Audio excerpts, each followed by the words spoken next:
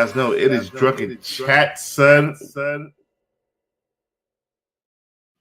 We ain't say what? Good morning and good night to everybody that's hanging out with us at almost 1 o'clock in the morning. Welcome to It's Drunken Chat, son, with your boy Chitlins and Big Daddy Remo. What's going on, Remo? What's happening, man? Been a long week, like always, and time to unwind, talk some comics, some news. You know what I'm saying, and let our hair down. You know. Yes, sir. What we talk about everything. So, yeah. So if I missed something, just definitely freaking let me know. Hey, what's going on, Wicked Fodder? What's up? Hi, Nathan. What's going on? What's going on to everybody? Yeah. So we're waiting for some of the other folks to come out tonight. Mel, he's going to be out tonight. Aaron Yee is going to be out tonight. And whoever swings by. I send it out to everybody. Bird City, he was talking shit. Hey, you didn't see me link. Well, ladies, I sent you the link. So swing by. Slide through. Hey, what's going on, Dre? What's going on, brother? You need to freaking swing on by too, man. Freaking break that cherry. Okay? Yeah, for real. Slide through. So the big thing that's fitting to happen this week, Remo, is Baltimore Con. I know you're not swinging through, unfortunately. Not this year. Not this year. It's a nice quiet thing because while the other cons they got all that freaking hubbub and freaking they're big into the other stuff other than freaking comics. Baltimore is a little bit more community freaking centric. It's a nice time for the retailers and the actual comic book fans to actually come through and get together and meet some of those other budding young freaking artists and writers get together, man. But the only thing I've got an issue with, man, is some of these fucking prices, man. I was looking at this shit today. Shit, man. VIP package $175 for what? Yeah, motherfucker, for what? In August, I was gonna take my daughter here in the Bay Area to the anime con. It was like it was just the anime convention, and man, the 3-day tickets were like, it was like $170. It was like the same price, and I was just like, I can't see spending that much money for me plus my daughter. Like, that's crazy. That's like Disneyland prices. Exactly, right. And you're not in you're not even in Florida or San Diego. You're in Baltimore for this motherfucker. Yeah, man, that's pretty high. But I mean, people wait all year. I'm sure $150 ain't nothing if you've been waiting all year for it. The Ringo Awards dinner. That's where what's the name of it? There's the Eisner Awards. Well, this one is called the Ringo Awards, right? That one's $150. What's for dinner? Yeah. A crab cake. Yeah, no. $150 to sit through a bunch of old farts, patting themselves on the fucking back, eating crab cakes. Come on. I could see if it was like, you know what I mean? That you're in a place where there's an abundance of crab. That's like, going to Texas and not finding no beef, So like, what, you gonna go out there and be a vegan? Nah, they're gonna have crab cakes everywhere. So for $150, I better get my picture taken with the vice president or something. Exactly. Well, these signatures and meet and greets, they're not free, right? So for instance, Frank Miller, he has this gold package, $300. I want to know which one of you rat motherfuckers is out there paying $300 because it sold out. I love Frank Miller. $300. It's an early entry pass and Frank Miller exclusive lithograph. $300 fucking dollars. Yeah, ain't that a bitch? Yeah, nah. That's called a money grab. Oh yeah. There's a Jim Lee Platinum package, Friday only. That one's $500. That means you only get admission one day. One fucking day, and that's to meet Jim Lee. And yeah, what do you got? Like, do we get to kick it? Like, you know what I mean? We walking around the con together, or we like, you know what I mean? We gonna go to Starbucks, get some coffee. He better be holding my pocket, my inside pocket like we in prison. He's my bitch for having at least an hour. $500, man. Come on now, bro. Like get a signed comic out of it, like you know what I mean? Exclusive Like, Jim Lee Platinum Badge, VIP seats for the Jim Lee panel, in which Jim will sketch 2 headshots, which will be awarded to a randomly chosen platinum ticket holder. oh no. If I'm paying $500, I'm guaranteed something.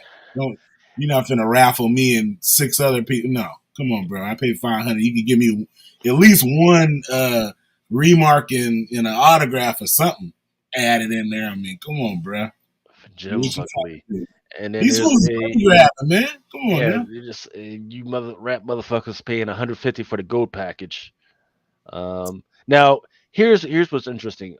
John Leguizamo, who is an actual star. He's not. I don't want to say he's an A, but I know he knows A-list people. Right? He was a late add-on. He's going to be there.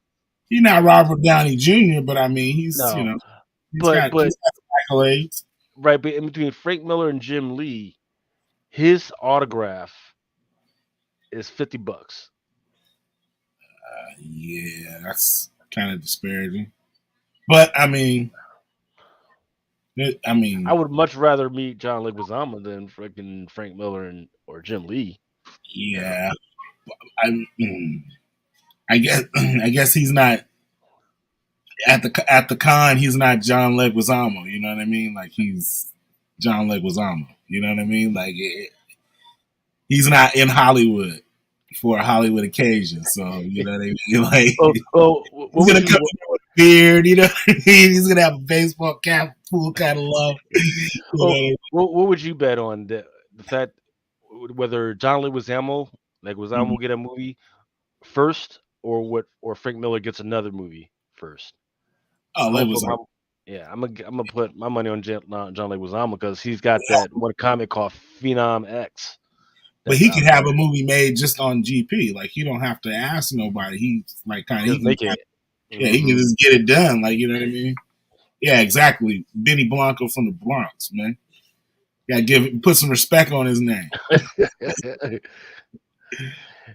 You'd be surprised. There are a lot of celebrities that are big comic book fans. Jimmy Cornette is one of the biggest comic book collectors. So is Nick Cage. Yeah, right. In fact, I think he got. I think any of these artists that have a little bit of money, they know to put their money into something collectible. Like they're gonna have sometimes it's an asset. Yeah, right. It's a good quick asset.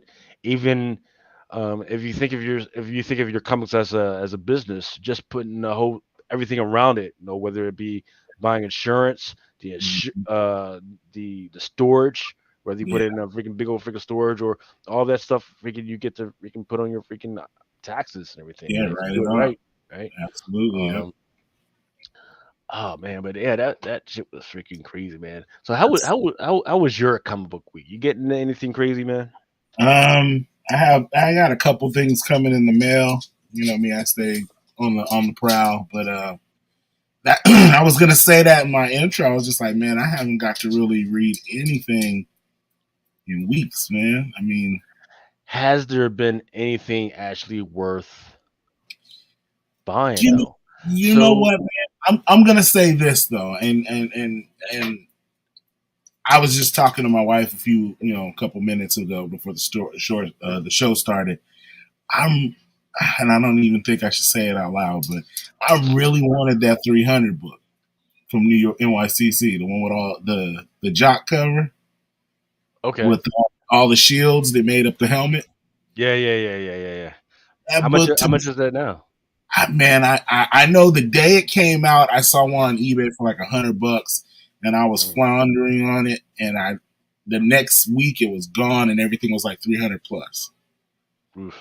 And I feel like a lot of people let that book sneak up on them because they might have been hating. And I don't know that a bunch sold. I mean, you could probably get it like after the fact now, but you're gonna pay for it. Like it's gonna be expensive. I don't know how much it was, but I wish I would have got that book, man. I like it. I love that cover, man. It's a good one. We talked about that with that last week or a couple weeks ago. We talked about that. I saw it on a couple shows too, and I was like, fuck. That's the thing. Like, yeah. There's no, oh man, it's gonna be. Yeah, once people start talking about that shit is gone, man. I mean, well, shit. That's how I found out about it. Is because they started talking about it, and I looked up. Oh, that shit is hard. I was like, damn. I was like, Yeah, fuck. you got to be careful, man. See, don't watch these shows unless you're ready to pull the trigger and some shit. You know, I was like, I mean, damn. Because that movie's hard as hell, man. You know what I'm saying? That was a dope movie.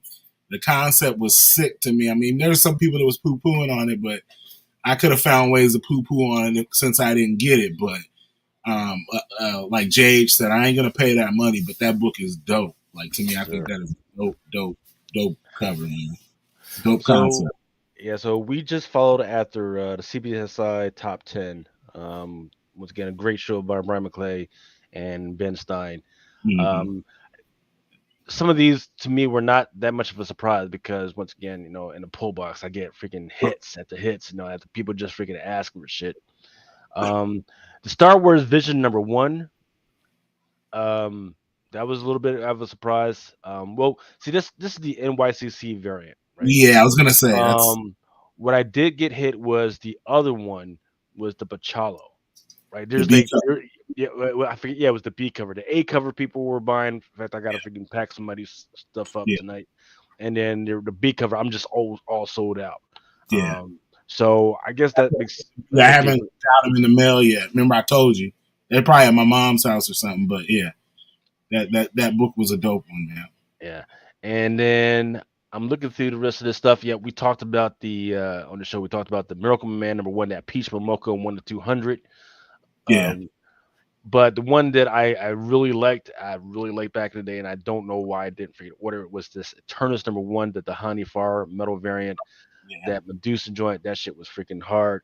I should yeah, have freaking ordered it, but I just freaking didn't. I just freaking let yeah. that one slip by. That was. I mean, when I saw it tonight, I was like, man, I remember us talking about that book. But it's metal. Is there a regular cover for? Is there like a 1 in 100 or something? It was I think not. so. Yeah, I Yeah, think so. There's a whole I bunch of remember different covers. we had Yeah. to buy a bunch of them, and I was like, I don't know if I could do it for that book. That's that's a dope cover, but you're gonna be sitting on a lot of books. Right. But you know what was a surprise that didn't make it on this list? And once again, I don't know how he does his algorithm. It was this one, Cryptic Mm-hmm. Shadows #1. Yeah, People were killing my freaking box, yeah. freaking looking for that joint, man. I was like, what the fuck is going on? I still don't know what the fuck is going on. I don't. There's a character there in there that I don't recognize. I don't know if that's a new character or if that's why. Um, I guess it would be this character right here, maybe. Her, Yeah. her was it the one in with the sword? Isn't that Blade's daughter? Yeah, I forget what her name is, but there's a Yeah. character in there. Her name is Brielle or something like that. Mm, okay. Um, and I still don't know what the fuck her powers are, but Yeah, her she's in name's there. Yeah, Blade's daughter. Yeah. yeah. But yeah, freaking people were tearing it up. They got the cover A. This one is the cover A. Then there was the Ryan Brown, and then I forget the other two that people were saying. But yeah, people definitely wanted that cover A. And what was mad is They're saying that it's the first appearance of her on the cover, Blade's daughter, and it's the first appearance of her not in the free comic book day. mm, So possibly, I mean, I mean, I can see that. That'd be a dope team. It's a big team, but I mean, seeing all of them in a series or wouldn't be half bad. right. Well, people are going crazy for that. How are people going to react to her? Because she's getting her own book um, later Yeah. on. So I wonder how people are going to react to that. Um, I don't.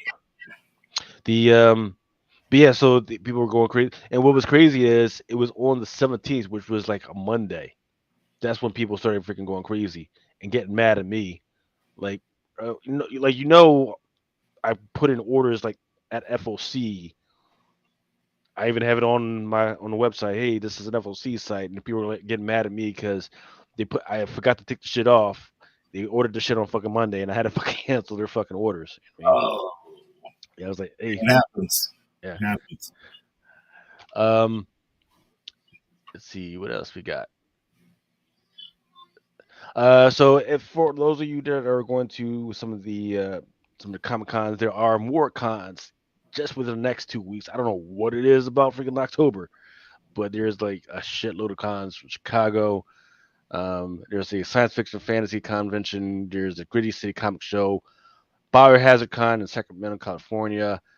Texas Arlington out near Yee, I believe. He's got some retro palooza bullshit going on. The Anime Weekend Atlanta. I know you said that you before that your daughter likes the anime conventions and stuff, right? Texas also has another Woodlands anime convention that's going on. And of course, there's a Baltimore Comic-Con. But just like nothing on any of these that makes me go, oh man, I definitely got to go to this one, man. I don't think so, man. I think I would more than likely pass on all of them. I mean, Sacramento ain't too far from me, and I wouldn't go to that. And Alhambra is in SoCal, and I don't think I would go to that even if I, was in the area. Whoa. So this week, I think it was Wednesday, that was the premiere of Black Adam. Right. So right now, Black Adam is set to make 25 million. Well, it looks like it's made 25 million by Friday. Don't know what it's supposed to make by the end of the freaking weekend, but it looks like it's ticking towards the 7.6 per day, which, interestingly enough, hasn't even won any of the days. The one movie that has won every single day has been Smile, right? But look, this is good, still good for DC, right? At least they got something that's making a little bit of freaking money, per day, right? I got to see it. I thought it was amazing. It was balls to the walls, action, action, action. Somebody's getting knocked the hell out. Somebody's fucking getting their fucking chest kicked in. Some blood spill all over the floor. It wasn't freaking gore or anything, but somebody was, hey.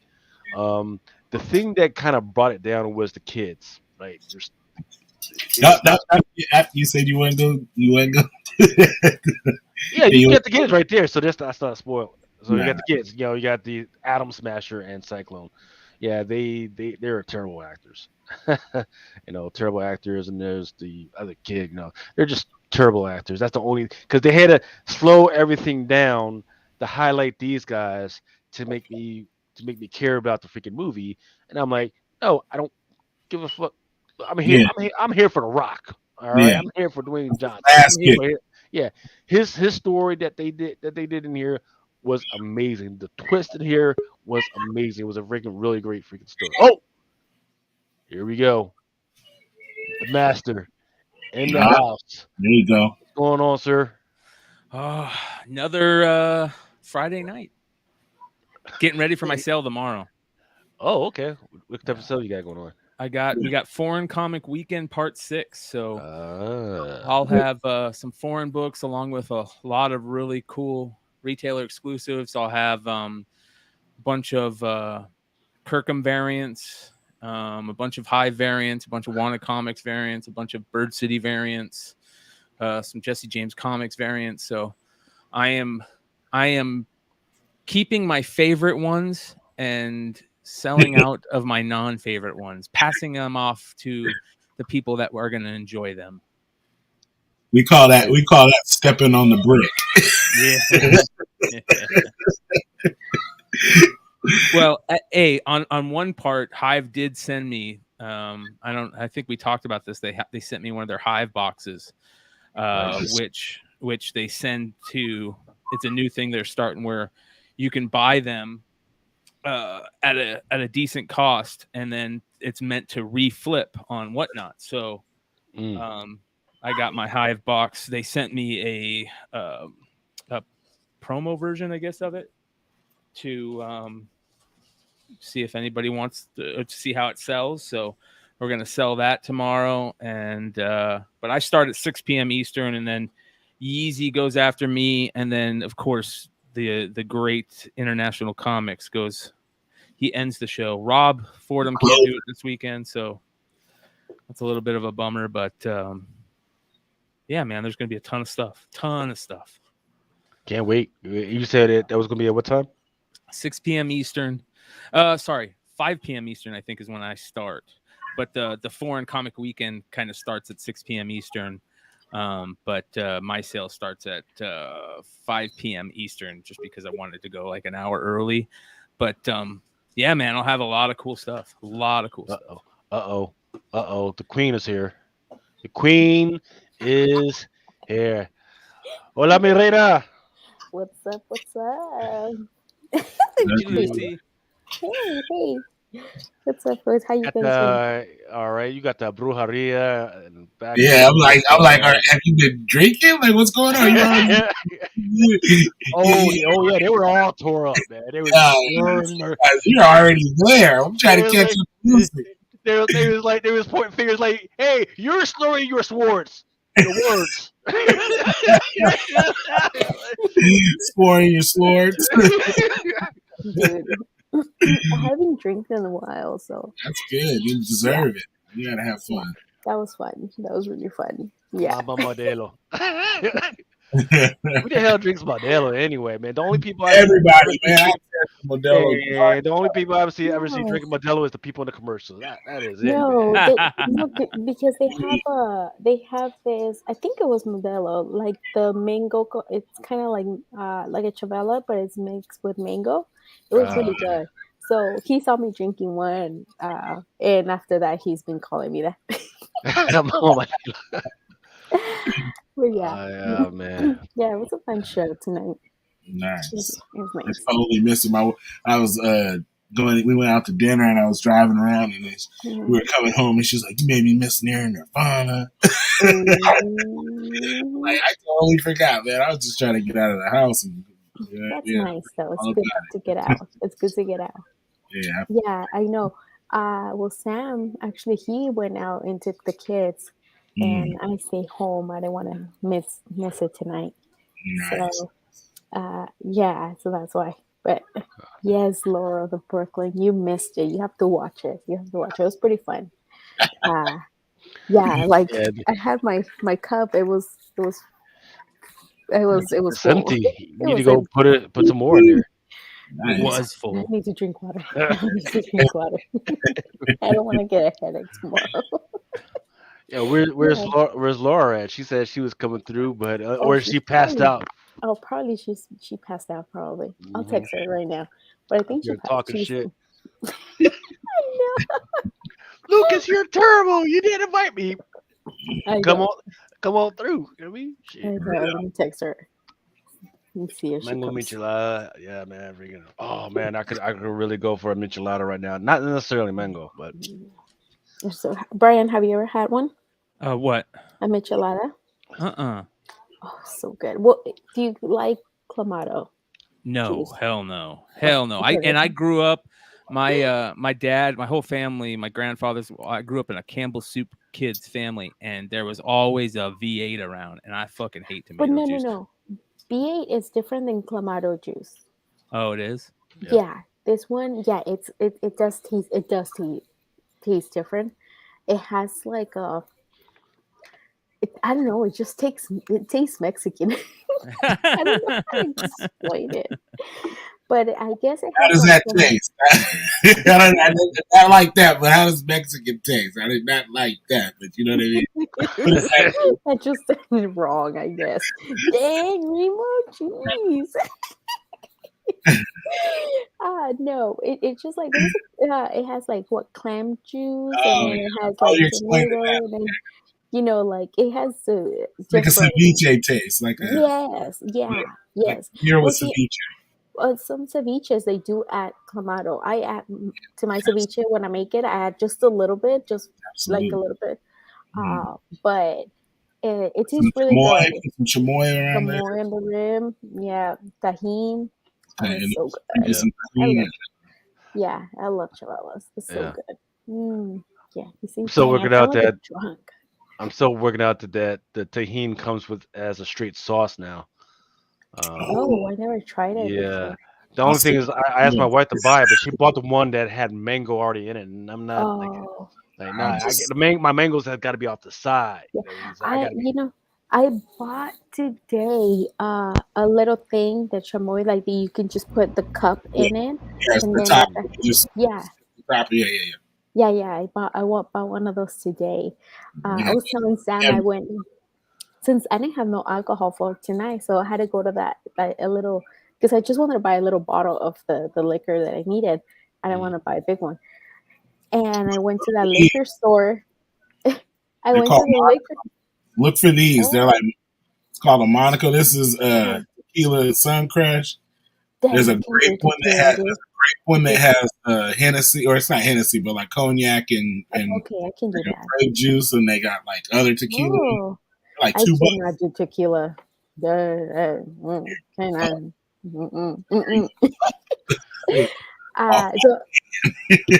Okay. I went to the liquor store, and I told Sam I had Romy and Mariah, and I went into the liquor store with them. I was like, I just felt like it's such a bad mom. I was embarrassed to go in with the kids. When you come in with the kids, they know exactly why you're coming in there. They're like, oh yeah, she needs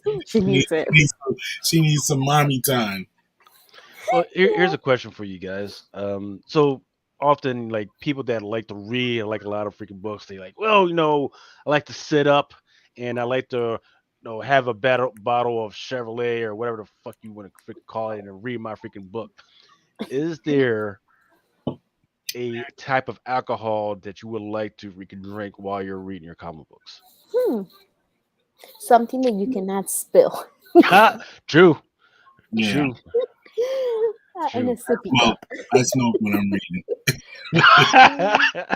These colors, man. I smoke when I read. Freaking Remo wasn't freaking lying when he says he hasn't read in a while. It was because he just freaking opens the pages and just let the freaking colors come to life and shit. Exactly. God damn it, Martha Superman's coming off the pages again. like watching Pink Floyd, Dark Side of the Moon or something. You know what I mean? I feel like a wine for me will be like a wine will be better, like more chill. I'm not ready to party. I'm just trying to. I do that when I'm reading like a graphic novel or something like that. Right. I want to read like more copies, or like if I'm reading Hellboy or something, I just kind of chill. Mm-hmm. Yeah, because tequila and the other stuff is like you're ready to crank that party. Right. Yeah, right. Well, Brian, why do you think that more comic book companies haven't made a comic like that, where you open it up and it's like very more colored? Like, hey, I'm supposed to open this up and it's supposed to freaking get high to this, and freaking the shit's just supposed to freaking come off the fucking pages for me. Oh, they definitely have, man. There's definitely comics that are like that, like the 3D comics. Right. Fucking shout out to Hive and their LSD blotter paper cover. Man. One that called like Smoke Out? No, what was it? There's one that came out like, I don't know, like 3-4 years ago. I remember, and it was about oh my gosh, I can't remember. It was like about weed and stuff like that, and the colors were interesting. On Weed Magic? No, it was on Image, I think. The history of marijuana or something. Independent one. I can't remember. Yeah, it was really. I'll tell you what's a good one, man. And I read it, and then a Silver Surfer. The Black Silver Surfer, man, the Trad Moore. Like, if you read that book, that one got me back in when I was getting back into comics. And I loved the art. I loved the story. It was dope, man. I like the art in that one. That had such good colors and just tripped me out. I definitely have one that fits that bill that just came out recently. And that is this. I'll share my screen. This is Alex Ross. He did this Fantastic Four story called Full Circle. So this is one of them. Here's another. That was kind of crazy. Didn't that look like weird? I thought that was a ball sack right there or something. Yeah, I was just gonna say something like that too. I'm like, that's what I mean. I would love to see more books like that, like how you showed that picture and the panels were kind of like ribbons in the picture. Right. Like, well, Steve Ditko, who was the very first artist to actually like depict like a multiverse, right? And that was in a Fantastic Four book. I forget which was it, 4 or 5 or something like that. The colors in that was just absolutely freaking crazy and just revolutionary. For his freaking time, for a man that was just sitting there with a bunch of pencils and freaking brushes and stuff. That shit looks like a black light picture right there. It's got to be. Yeah, totally, man. He killed it. Yeah, I would love to have that as a print on the wall. Yeah, that would be sick. Beautiful, man. So that's definitely one I can think of. Yeah, freaking. I don't know why Marvel. Some of these posters have not been good. Yet they want people to pay money for that shit. So I was talking about Black Adam, right? Do you guys have any interest in seeing Black Adam at all, or am I? Yeah, 100%. Oh yeah, hell yeah. Yeah, but not in theaters. I'm gonna wait till. Well, me also because for me to go to theaters right now, it's hard because of the baby. I don't want to leave her. But I don't know. I think I'm just gonna wait till this streaming. Yeah, I don't know when it's going to be. Might be a little while because they paid what 195 million to make this, so it may not make it to HBO Max like right away like the other joints did. So you think they're gonna like ride it out until they make as much money in the theater before they put it? Yeah, they got to. Well, so for the first 4 weeks anyway, that's like the prime time when they make money out of the theaters, right? I think they got. I don't think they can blame it on the pandemic anymore because they had plenty of time to upgrade and do all that type of stuff at the theaters while they were closed. And if they didn't, then that's shame on them because I go to the drive-in. You know what I mean? Like I said, we've been going to the drive-in and like, I mean, that's a whole other experience. But what I'm saying is we're going to the movies. So, I mean, if you have something worth going to watch, like I've seen very few movies advertised to be at the theaters. Whereas it used to be like, tons of movies and you just kind of had to take your pick. Like now it's like, there's not very many movies that aren't going straight to. That's what people have been saying. Like, see, what I read, like, I mean, the people that they were talking about this, that how supposedly it's not good and stuff like that. That the characters' development, like they just kind of some they feel rushed, some they feel like they didn't do a very good job with that, and I wonder if it's because they had to cut so much because it was supposed to be rated R and now it's not. So I wonder if some of this, I don't know, whatever they cut was from the character development. I don't know. Yeah. Well, I know that no, I saw it, and the younger actors, what is his name, Adam Smasher and Cyclone. Cyclone, she did fine, right? They cut it enough so that they didn't let her make a fool of herself, right? But when she had to interact with Adam Smasher, and then you also there's this other kid they were terrible, absolutely freaking terrible. They even dubbed them to try and make their voices and everything. No, their whole vibe was just off and just freaking terrible. So if that's cut, if that's what made it to the final cut, I can imagine what the other stuff was going. Yeah. See, like, because there's like, I mean, they had 3 of those characters, well, 4 with Black Adam, right? Like, because Dr. Fate, he's been on the movies, right? Or was it his first time being on? No, this is his first time. So there's like all those new characters to be in. I mean, I know pretty much everybody knows the characters, but there's the first time they're going on screen. You would think, like, they're throwing so many in one movie, you would think they will do better, like, or at least a longer movie to have a better character development, because it's all, at the end you don't care about the characters. When you watch a movie, you want to feel a connection with it. If only there was this platform where they could do a smaller TV series to introduce these characters and then do, I don't know.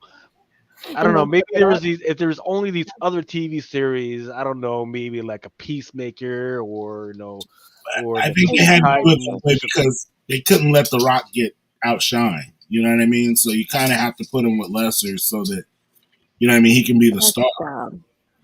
But that's not true because he actually wanted Henry Cavill in this thing, and he fought for it. Yeah.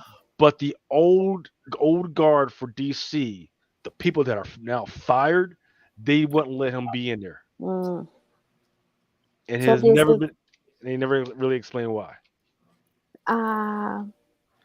Yeah, see, like I just feel like it. Oh man, DC is all fucked up because there's a lot of things that making independent movies like they're not connections with the other when they could be doing all this stuff like being connected Yeah. and make like Marvel like a whole universe thing, but they try to keep shit separate and they come up with shitty movies. I want, yeah, Dr. Fate. That's why I was curious to see how he was going to be on there. Mm-hmm. Yeah. It was, Yeah, because I like I don't know. I will watch it, but I guess I'm just gonna have to wait to I don't know to tell this streaming to watch it at home. I might check it out tonight, depending on how late the show goes. Right. You know what was crazy is when I got home, I was just flipping around on TikTok. You know how they have live streams every Yeah. once in a while? Somebody was live streaming it already. oh, Really, Facebook does that. My mom, she watches all kinds of movies, well, in Spanish, but she watches so many movies that are in theaters on Yeah. Facebook. They're like close through. they'll usually when you stream stuff, they'll shut you down pretty quick. I know Instagram will. Well, but not Facebook, because she Yeah, I was think watching like a full-on movie. what you're watching, you know what I mean? Like, or where you're like where you're. Yeah, I mean, I think it depends because I remember plenty of times my cousin would be like streaming the like the fight. You know what I mean? When somebody, as soon as it would go for like 2 minutes, and then they kick them off live. Yeah. Well, as long as you don't keep on the commercials and everything, they just let you go. Freaking, and you gotta talk every once in a while. That's the rules that some of these dudes be playing by, and they just seem to be going fine. Yeah. I mean, like I said, I think they had to put people that were not as big as him because if they had any other people that, like, yeah, these characters can go in other movies and play a role, but they couldn't be bigger than him. Like, Dr. Fate was probably not his equal, even though he can be, and I think he's just kind of like they're like throw-ins. You know what I mean? Yeah. Well, we'll see. Everybody's saying that Black Adam was 10 times better than this train wreck called Thor. Oh yeah, I believe it. I definitely believe that. That was a sad movie. Sad movie. Yeah. I've been saying that freaking Marvel better watch out, man. They're freaking slowly. This Phase 4. Yeah, they're losing it. I was just telling who do they need to watch out from, though? You know what I mean? Like they're gonna consume themselves. Like they're not making anything good. Oh, watch out for the people that are not gonna want to watch their stuff anymore. Right. Did you see that lady, the writer? Like I was telling Coco Gal, like I'm like, go check out her page, her Instagram. Her comments are nothing but hate. It's crazy. They're trolling her big time. I was reading the comments. I was just like, oh my gosh, that's horrible. Poor lady. I feel bad for her. No, right? Because I mean, I haven't even watched it. I just watched one episode, and I haven't. I'll probably eventually watch it, but I watched She-Hulk a couple episodes the other day. My wife and my daughter were watching it. That show is terrible.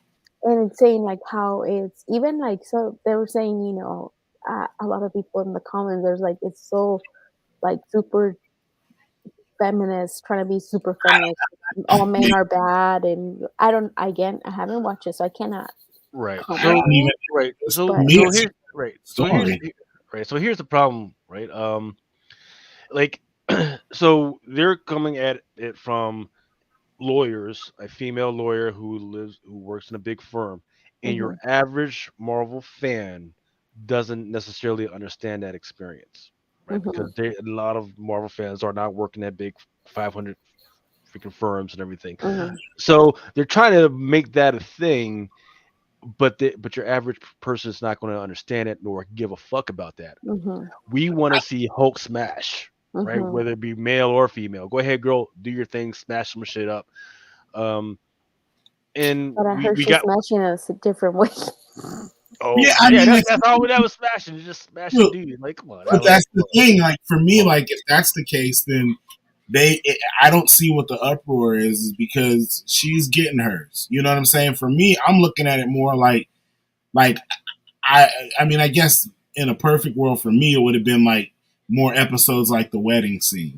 Like you're at a wedding and then all of a sudden Titania shows up as one of the plus one, and you have to end up fighting her at the wedding, or you know what I mean. You're out with some of you're out to dinner somewhere, and this person shows up, coincidentally, or not every episode like that, but those type of situations where you get to see her in both of her characters. Like you see her win a case in the courtroom, and then later on you see her, getting to save people or do her thing or whatever. Because she wasn't really like saving people; it was more like using her powers to get herself out of her own situations. You know what I mean? Like, but I get what they were trying to do, because it's when the first thing he told her was like, yeah, you can work here, but you got to be She-Hulk. Like that immediately, you're telling a woman what she has to do. You know what I mean?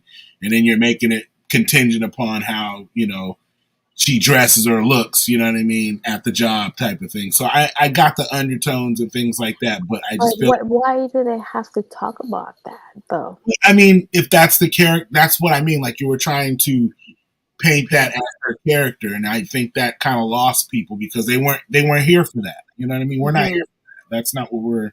It's a superhero show, not a. And I don't. I mean, and I get it. Like I said, I understand what they were trying to go with. I just think they could have done it in a better story. Like the story just wasn't good to me. But yeah, no. T.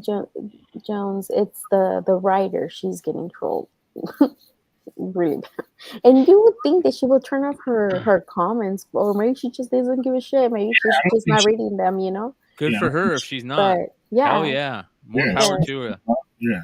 But I'm like, damn, like I just, yeah, like that. I hope she's not reading them. I really hope not, because that, to get that much hate, I'm sure it's gonna, mess her up. I don't mess. Yeah, but even if I hope she is reading them and they aren't messing her up. I hope she's like strong enough mentally and has enough, I think she has fun with it. Yeah, because let's be honest, if you're on the internet in any way, right, you're going to get people talking shit. And that's just the way it is. If you don't want to get people talk shit to you, don't be on the internet, right? Don't be an actor. Don't do anything like where you're out there in the open, because it's going to happen. Yeah, that's true.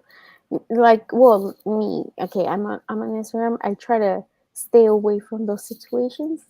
Like, I'm not trying to get anybody to come and talk shit to me, because, yeah, I react. Yeah, which is fine too. That's okay too. Yeah. I mean, yeah, that's another. They just need to find something else to do than to troll a woman on her page. Like, you know what I mean? Like, or even comment negatively on her page. Like, if you don't like it, go somewhere else. Like, yeah, people are still, they think they have an opinion for everything. I mean, we all do, right? People always think their opinion matters. Just some people are gonna feel that they're entitled to go and somebody like tell them. And you can't do that. Yeah, you come pissing on my lawn, then you're gonna have some consequences. So tread light. Right. Wake up, Black Panther. Why? You're kidding, right? You're kidding. Yeah. Right? I know Black Panther, man, from the commercials I'm seeing, man. I think it's gonna go a different direction, and I don't know what to expect from it. Get your Riri book. I see all the toys already. I was at Target yesterday and I see all the there's a 3-pack of a Riri, sure, yeah, in was it who else? I can't remember who was the third one, but it was a 3-pack. The commercial with Riri, she's like creating the blaster there for her arm, like she's putting the arm. So I mean, I think she's gonna be the star of it. I think somehow she's gonna end up being the star. At least that's what they would most likely want, because they have her signed up. Whereas the girl Shuri is probably gone after this show. You think? Yeah, because I mean, she was problems before. So, But now she's calm. Maybe she will. you know, They told her to calm down, or you're out. Yeah, but well, I mean, she didn't necessarily calm down. Is that people stopped caring about the COVID shot, yeah, which was fine. But now that the stuff is starting to freaking peak back up, and kids are starting to get freaking sick again. Um, all this week, I walked into a bunch of federal buildings and hospitals and shit. Man, everybody was freaking masking up again. So Shout out to Richie. Yeah. Oh shit, he's got it. My mom has it right now. My mom's had it for the last week, and she tested positive again on Wednesday. So I told her, I was like, "You're gonna be down for at least 2 weeks. Don't think you can go running back." I wonder if we got it. We were pretty sick last week. But we didn't get tested. I just think it was a cold, but who knows? Well, there's more shit running around in COVID right now. There's all there's one that this lady was telling me is I don't know. She was like JR45. I don't know what. I was like, what? I'm like, what is that? She's like, oh yeah, it's a virus, a respiratory virus or some shit like that. I was like, well, maybe we have that. I don't know, because it was all. I know me and Brian got it around the same time, and that shit was no joke. You guys with COVID? Yeah. I caught it in like July. I caught it 4th of July weekend, and it knocked me down for like 2 weeks. And I was screwed up for like a month. After, I'm just now getting back to like kind of semi like normal. You know what I mean? Mm-hmm. Yeah, I don't know if I have got it like legit. Like I don't know if I have never got tested. Did you turn on a candle?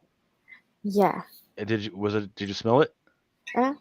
No, yeah. Okay. My mom lost her taste this week because there was a dude who did a study about the whole candle thing, because I think I talked about this before, that Amazon, right when the freaking COVID thing started to hit, a lot of people were returning the freaking candles and putting like, hey, these candles suck and everything. They hardly have any freaking smell, and these are expensive candles.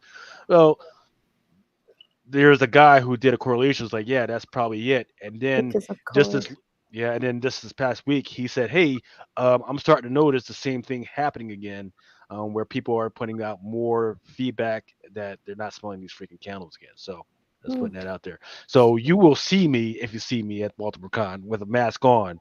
Freaking, if you shake my hand and you see me immediately go for the hand sanitizer, that's not you. I'm just freaking not trying to be that. Don't shake hands, just pound it. I don't think I've been shaking a hand. Like I've never shaken a hand at my job where everybody fist bumps, and it's like normal. Elbow fucking tap. Hey, or just a little salute. Yeah. What's up?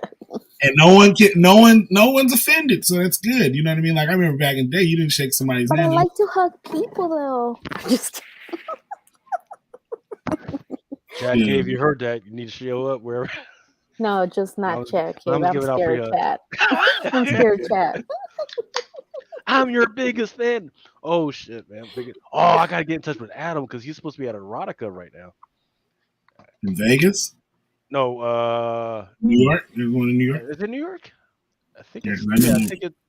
Or is it DC? I forget where it's at. But it's supposed to be close to Baltimore Con anyway, because I think he said he was going as well. Man, he's him and Autumn. They said they be going through some shit, man, with the dudes that they're a little too much feely touchy and love giving hugs and asking that they could be in their next film and shit. So that's their life.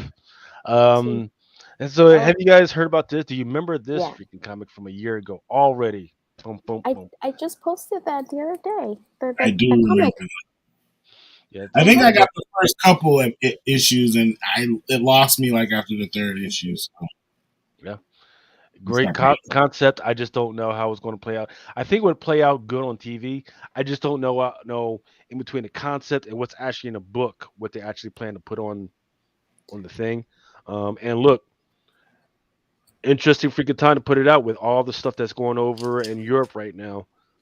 Great freaking time to actually try and get this freaking thing together. problem is they should have been had this already shooting already, right? This thing has been building up for the last 2 years. They should have been had this freaking already shooting already, because I guarantee you by the time this freaking gets done 2 years from now, this either shit will get really bad or we've already been bombed out or something. Mhm. Um, and the things, the ones to look out for is there's some fourth prints out there. There's some third prints which I really like. Yeah. There's a 1 in 25 out there, but there was also a one per store thank you retailer variant. I don't remember if I freaking got this freaking thing. I guess I'm gonna have to freaking hunt for that bad boy. But those are the ones to look out for. I think some of them are at I think least I like had $100. some. I think I have some of those. I know I posted issue number 2, but I think I have the second print. Oh, I sold it. I don't know. I think I have to look for it. I love all of the covers on that run. Every single cover on that issue 1 were amazing. Rudy Tatiagas is asking, are the chat members allowed to ask questions that get answered here, or is it just a panelist talk show? I'm okay either way. Ask your questions, brother. Go Yeah. ahead, Ask ask. questions we might not answer, but ask. I'm just kidding. No, because sometimes like the chat kind of like it doesn't go, and then out of nowhere. Well, for me, I don't know where a bunch of them come up, so I miss some of them. I'm trying to remember if this was heavily ordered. Like I remember going into stores No. and they had them, but I don't remember if everybody was like reading them. And I remember it being on my pull list for a long time, and I had to tell them like I don't even want it anymore. You know, because I wasn't reading it at all. Like after the first like 2-3 issues, I was just like, I'm cool. I It just think wasn't. I picked up like maybe like 3 issues, but I never read. I never Yeah, I read read it. the first one, and I was like, oh, okay, kind of Mad Max-ish, but I was just like, Mhm. I okay. think issue 1 was short. There was not that many, right? But I remember there was like a 1 in 25 or something, and it was just I remember people got that. I mean, obviously those sold out, but I remember the book kind of just lingering around. Like it wasn't like a lot of people were really into this book. So if it's your thing, then have at it. Because I guarantee you go look in some back issue bins, you're gonna find all of these. Okay, Rudy said he has a question. He said, "Is it time to sell your collection or hold till after the recession, like 10K books worth?" Depends on what your collection is. And if they're your books, then why do you need to sell them? Like, Well, that's who cares about that? That's we all might have reasons. No, but I'm saying if you're gonna sell your collection, like you gotta at that point you gotta get what you're gonna get for them. Like, Right. you know what I mean? So- Like if you gotta ask when to sell, it's too late. Well, so I'll take a different opinion on this one. Like I told people maybe a couple weeks ago, this is October, right? People are going to be looking in November and December for a little bit of cash, right? So they're going to be selling their books then. So you don't want to wait till November, end of November, December to be selling your freaking books. So if you're thinking about it and you want to get liquid, which I always encourage people to do, stay liquid. Go ahead and sell them now, with the opinion that you're going to look for all those deals and grab that stuff there. Because remember, when freaking we hit the freaking COVID, and there was a whole shitload of fucking deals out there, man. Sell the stuff So you don't care about.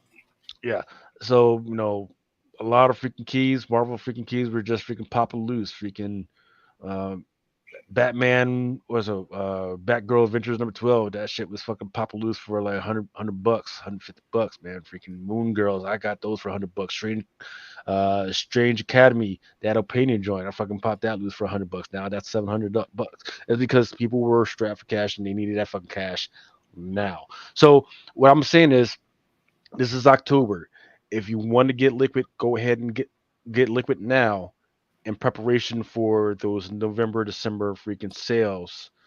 And don't forget, I keep saying that I think that the recession is freaking coming. I don't want to call it a recession, but a major freaking thing of where we might, because remember the Fed, that's our target. The Fed's target is to push Yeah. us even lower into a more economic turmoil, so that happens. They don't want us spending money. They don't want us balling. They Well, don't. right That's now what they send that stimulus check thing for. I If know. you guys get it, Sam They're not got going to it. send it Got because they don't. 700. They're not going to send it because they don't want us to spend money. But they said, We're here in California, right? They were yeah, supposed to. Gavin Newsom was supposed to give us money for the gas, right? we got it. Right. I haven't got it. You haven't got it. We got it. Well, Sam And got it. shit. He got Shit. 700. My sister-in-law got 1,000.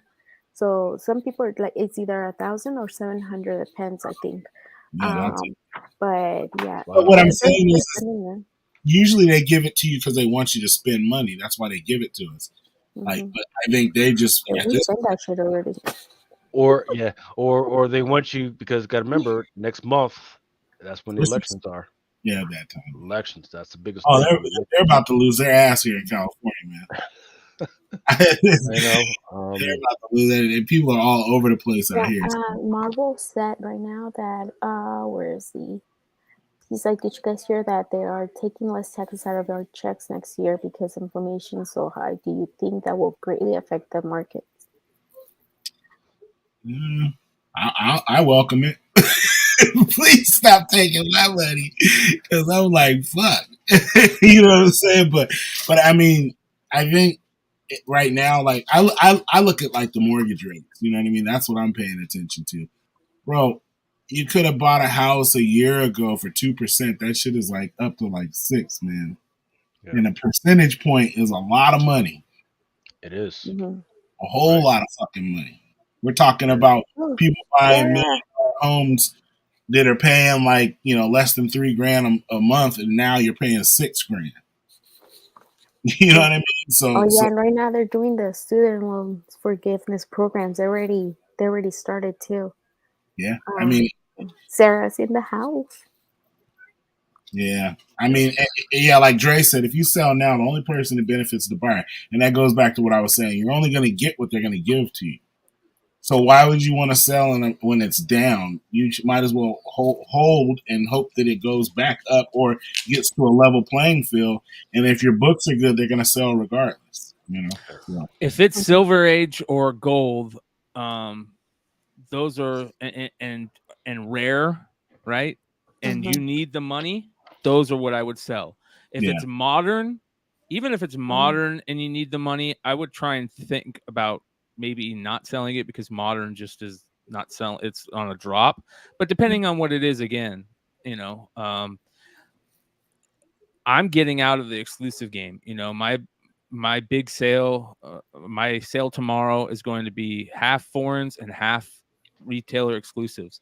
And it's not because I don't fuck with the retailers and I don't, like the books, this and that. There's just too many of them, and I only want to keep my favorite ones at this point. Right. So, I'm getting out exclusives. Some people might want to get out of, homage or something they're tired of. If they collected Scotty Young books and they're tired of it and they want to get rid of it, you just got to be sure that you're not taking such a bad hit that you could wait. This might be smarter to wait on it. So yeah, I guess that's what I'm saying. Like, wait until it at least gets to a place where you're like, okay, I'm still making some money and I'm not losing. Whereas right now, if you sell, you're gonna lose. You know what I mean? Yeah. Well, I mean, and even if it's the amount you think in your head you want or gonna get, you're not gonna get it. Don't have like high expectations. There you go. That's what I'm saying that. I feel that's like what a lot of people do, like, and then they get mad when they don't do good. Just if you're in need, that's the worst time to sell. When you're in need, you're gonna just take it. You know what I mean? You're gonna take what you get, and you could probably hold out and get something better. Peter Parker agrees. Totally get away from exclusives as far as you can. Rudy Tati says, copy that, hold. Or just set your prices and wait for shit to sell. That too. Yeah. If you can hold them, if you can wait. Yeah. Eugene Inyong says, everyone is trying to hustle up some Christmas money, already definitely buying time. Yeah. I mean, like I said, October, October's the freaking time to freaking try and get the shit out. Um, there's no way they take less taxes. It is what it is, man. Freaking so like so some of you guys were saying hold. I'm saying well think about it. I mean the most important thing is that no matter what you do, is that if it's not near and dear to your heart and you just want a little bit of freaking cash to buy something, go ahead and freaking sell the shit out of that. Don't wait till November, December when you actually need the fucking money. Just get that shit out. Get that shit out there. Still within the DC world, we just talked about them within Guardian Black Adam. They're still trying to get their house in order. They just named Jesse Ehrman as the president of production and development. He's still not a Kevin Feige type. He's still not the guy that they need. I don't know what exactly they're going to expect him to do other than sign checks on some of the stuff. I'm trying to see what he's done. Let's see. He looks like he worked closely with DeLuca, who is a high up guy. And they hired some other freaking people. Okay, Ehrman most recently served as the VP of production throughout his tenure. He has worked on hits like the Hangover trilogy, Ocean's 8, Radio Player One, Tarzan, Scoob, Space Jam 2, and Project X, Due Date, and War Dog. So he's got some good stuff under his resume. I just don't know like how closely he's worked with it or what his future thing is going to freaking be. But they made a pretty big deal out of that. Seemed like he might have a connection to maybe some hip directors and people who are kind of hot. You know what I mean? But are they comic fans? Like, do they know how to make movies that are, going to appease both, comic people and the regular public? That's kind of what I see these VPs' job is trying to get the right person to make the right films. Yeah. Eugene, that pig looks like he's trying to be canceled. Dude, it looks like he did something shady. Like Charles in Charge. Darkwing Duck, man. Of all the freaking publishers that I thought would have freaking Darkwing Duck, look, maybe a Boom, maybe an IDW. I did not think that Dynamite would get the Darkwing Duck covers. We're talking about the ones that are doing like Sheena and Vampirella, Red Sonja. Yeah, they're going to do the Darkwing covers, and some of them are not that bad. Larie's got one. Trish has one. It's really nice. Yes, she does. I don't think I have the cover, but David Nakayama, he's got one. That's the one to the right, and they're like high up. They're like a 1 of 500, 1 of 200. So if you guys are interested in the stuff, no, go ahead and start putting your stuff in now. Start putting it up on eBay for the lower orders. So you can, because I think the FOC is not till like end of November. Gargoyles, it comes out in January or some shit like that. Yeah, Trish is in Gargoyles too. Fucking Hulkbuster, fucking Lego, 4,000 fucking pieces. Oh, that shit is expensive. We were at Target yesterday and we were seeing just some they were not that big, like $200-$300. That's $300. No, that's probably more than that. That's probably more than that's probably I don't know, $500 because I don't know how big it is, but the ones that I'm telling you, the helmet of Boba Fett, it was like $200, and it's just a helmet. I love Legos, but I always have had a problem with spending the high prices for the big sets, even though they're totally worth it. But I don't know, something about it. It's like Legos, in my experience, you can't. I love Legos. I want to put them together, but in order for them to hold any value, you kind of have to leave them in the box, and it kind of destroys the whole.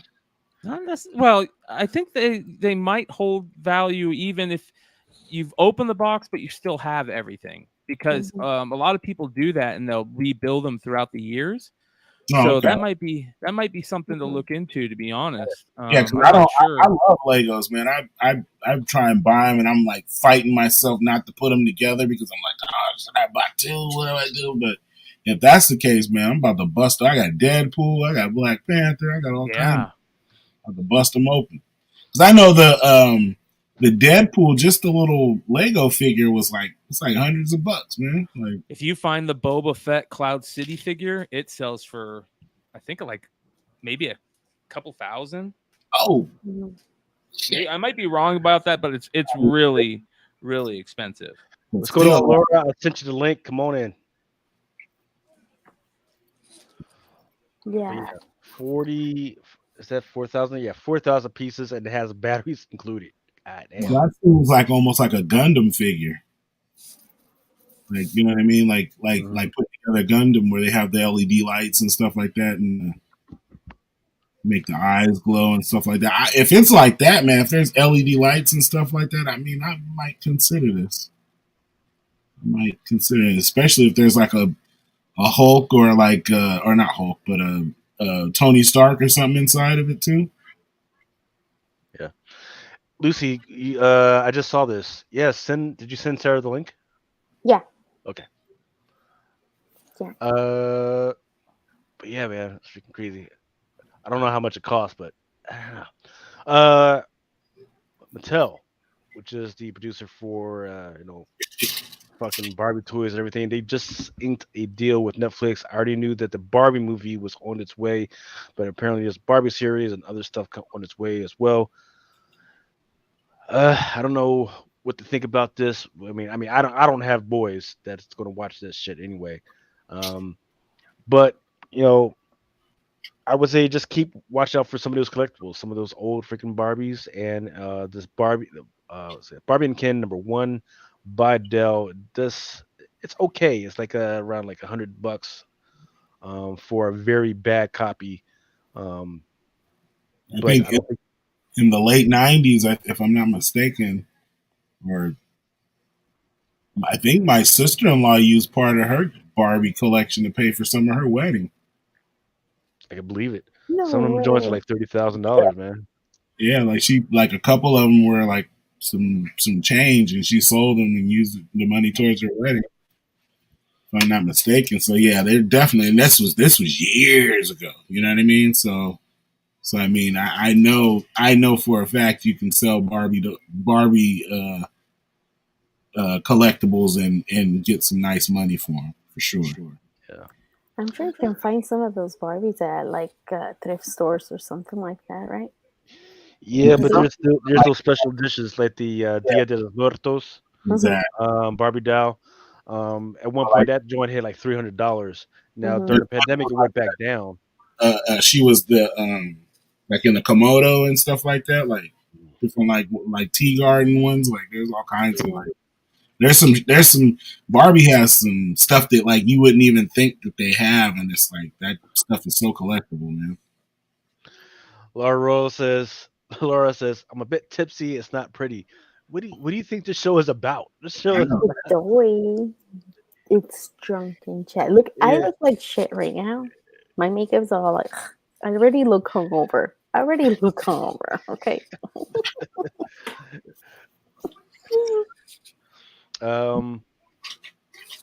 So Zatanna, that's a character that I was hoping to see.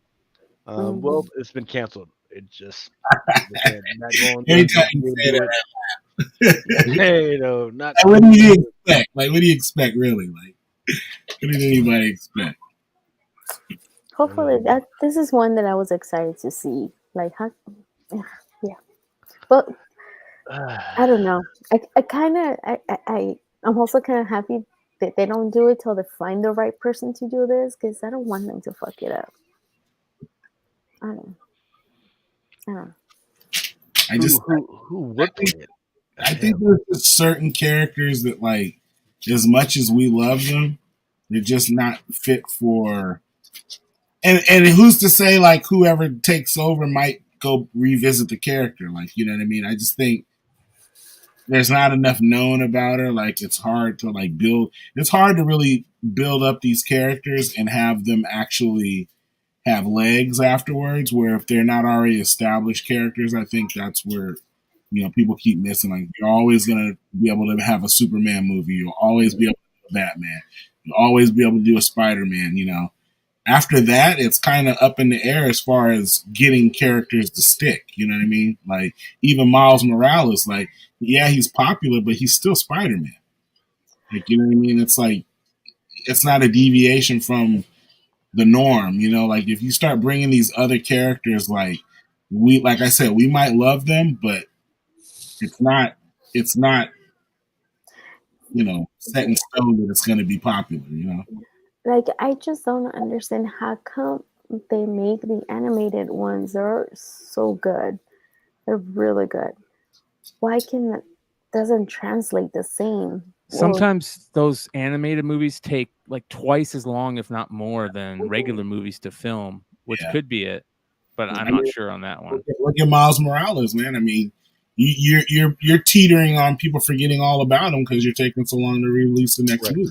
Well, you know why that is, right? So Brian's right, but he's also you're behind what's been actually happening. I think I talked about this last week. I've been talking about this for the last year.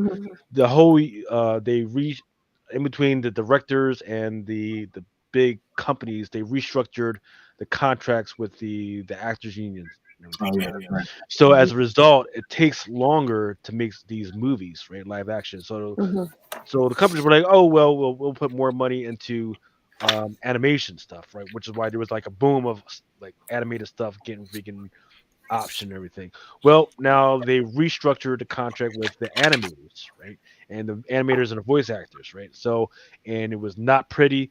Now it's going to take even longer for animation to come out. So, you know what? The first one that came out and says, you know what? We're going to go a totally different way was HBO, Warner Brothers, under Discovery, WBD. And they say, you know what we're going to do? We're going to put out more real life content.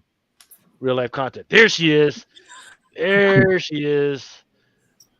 Wrong one. On the Oh no, put me on the big screen, and the rope and everything.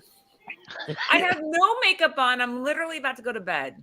Hi, guys. You fucking liar. Stop lying. Yeah, that's what I'm saying. No makeup on. She got foundation on. What the fuck y'all talking about? You fucking liars. You can lie to yourself, but don't lie to me. I said I have makeup on, but mine's fucking running already. I'm like, I look like hungover. My hair's my hair's wet. It's still wet. It's 11 o'clock at night. You're supposed to be like, if you look good at 11 o'clock at night in the house, then see, the camera went blurry. It was like, nope, can't have her be. Hold on. Oh, I called out on our show, and I'm like, dude, I got to put my money where my mouth is. I can't call Lucas out and not show up. So here I am. Her legs for the last month. She didn't show up. I was like, all right, well, you know, I'm gonna go ahead and freaking send this out to Mama, and I'm gonna go call it a day and go to sleep. Yeah.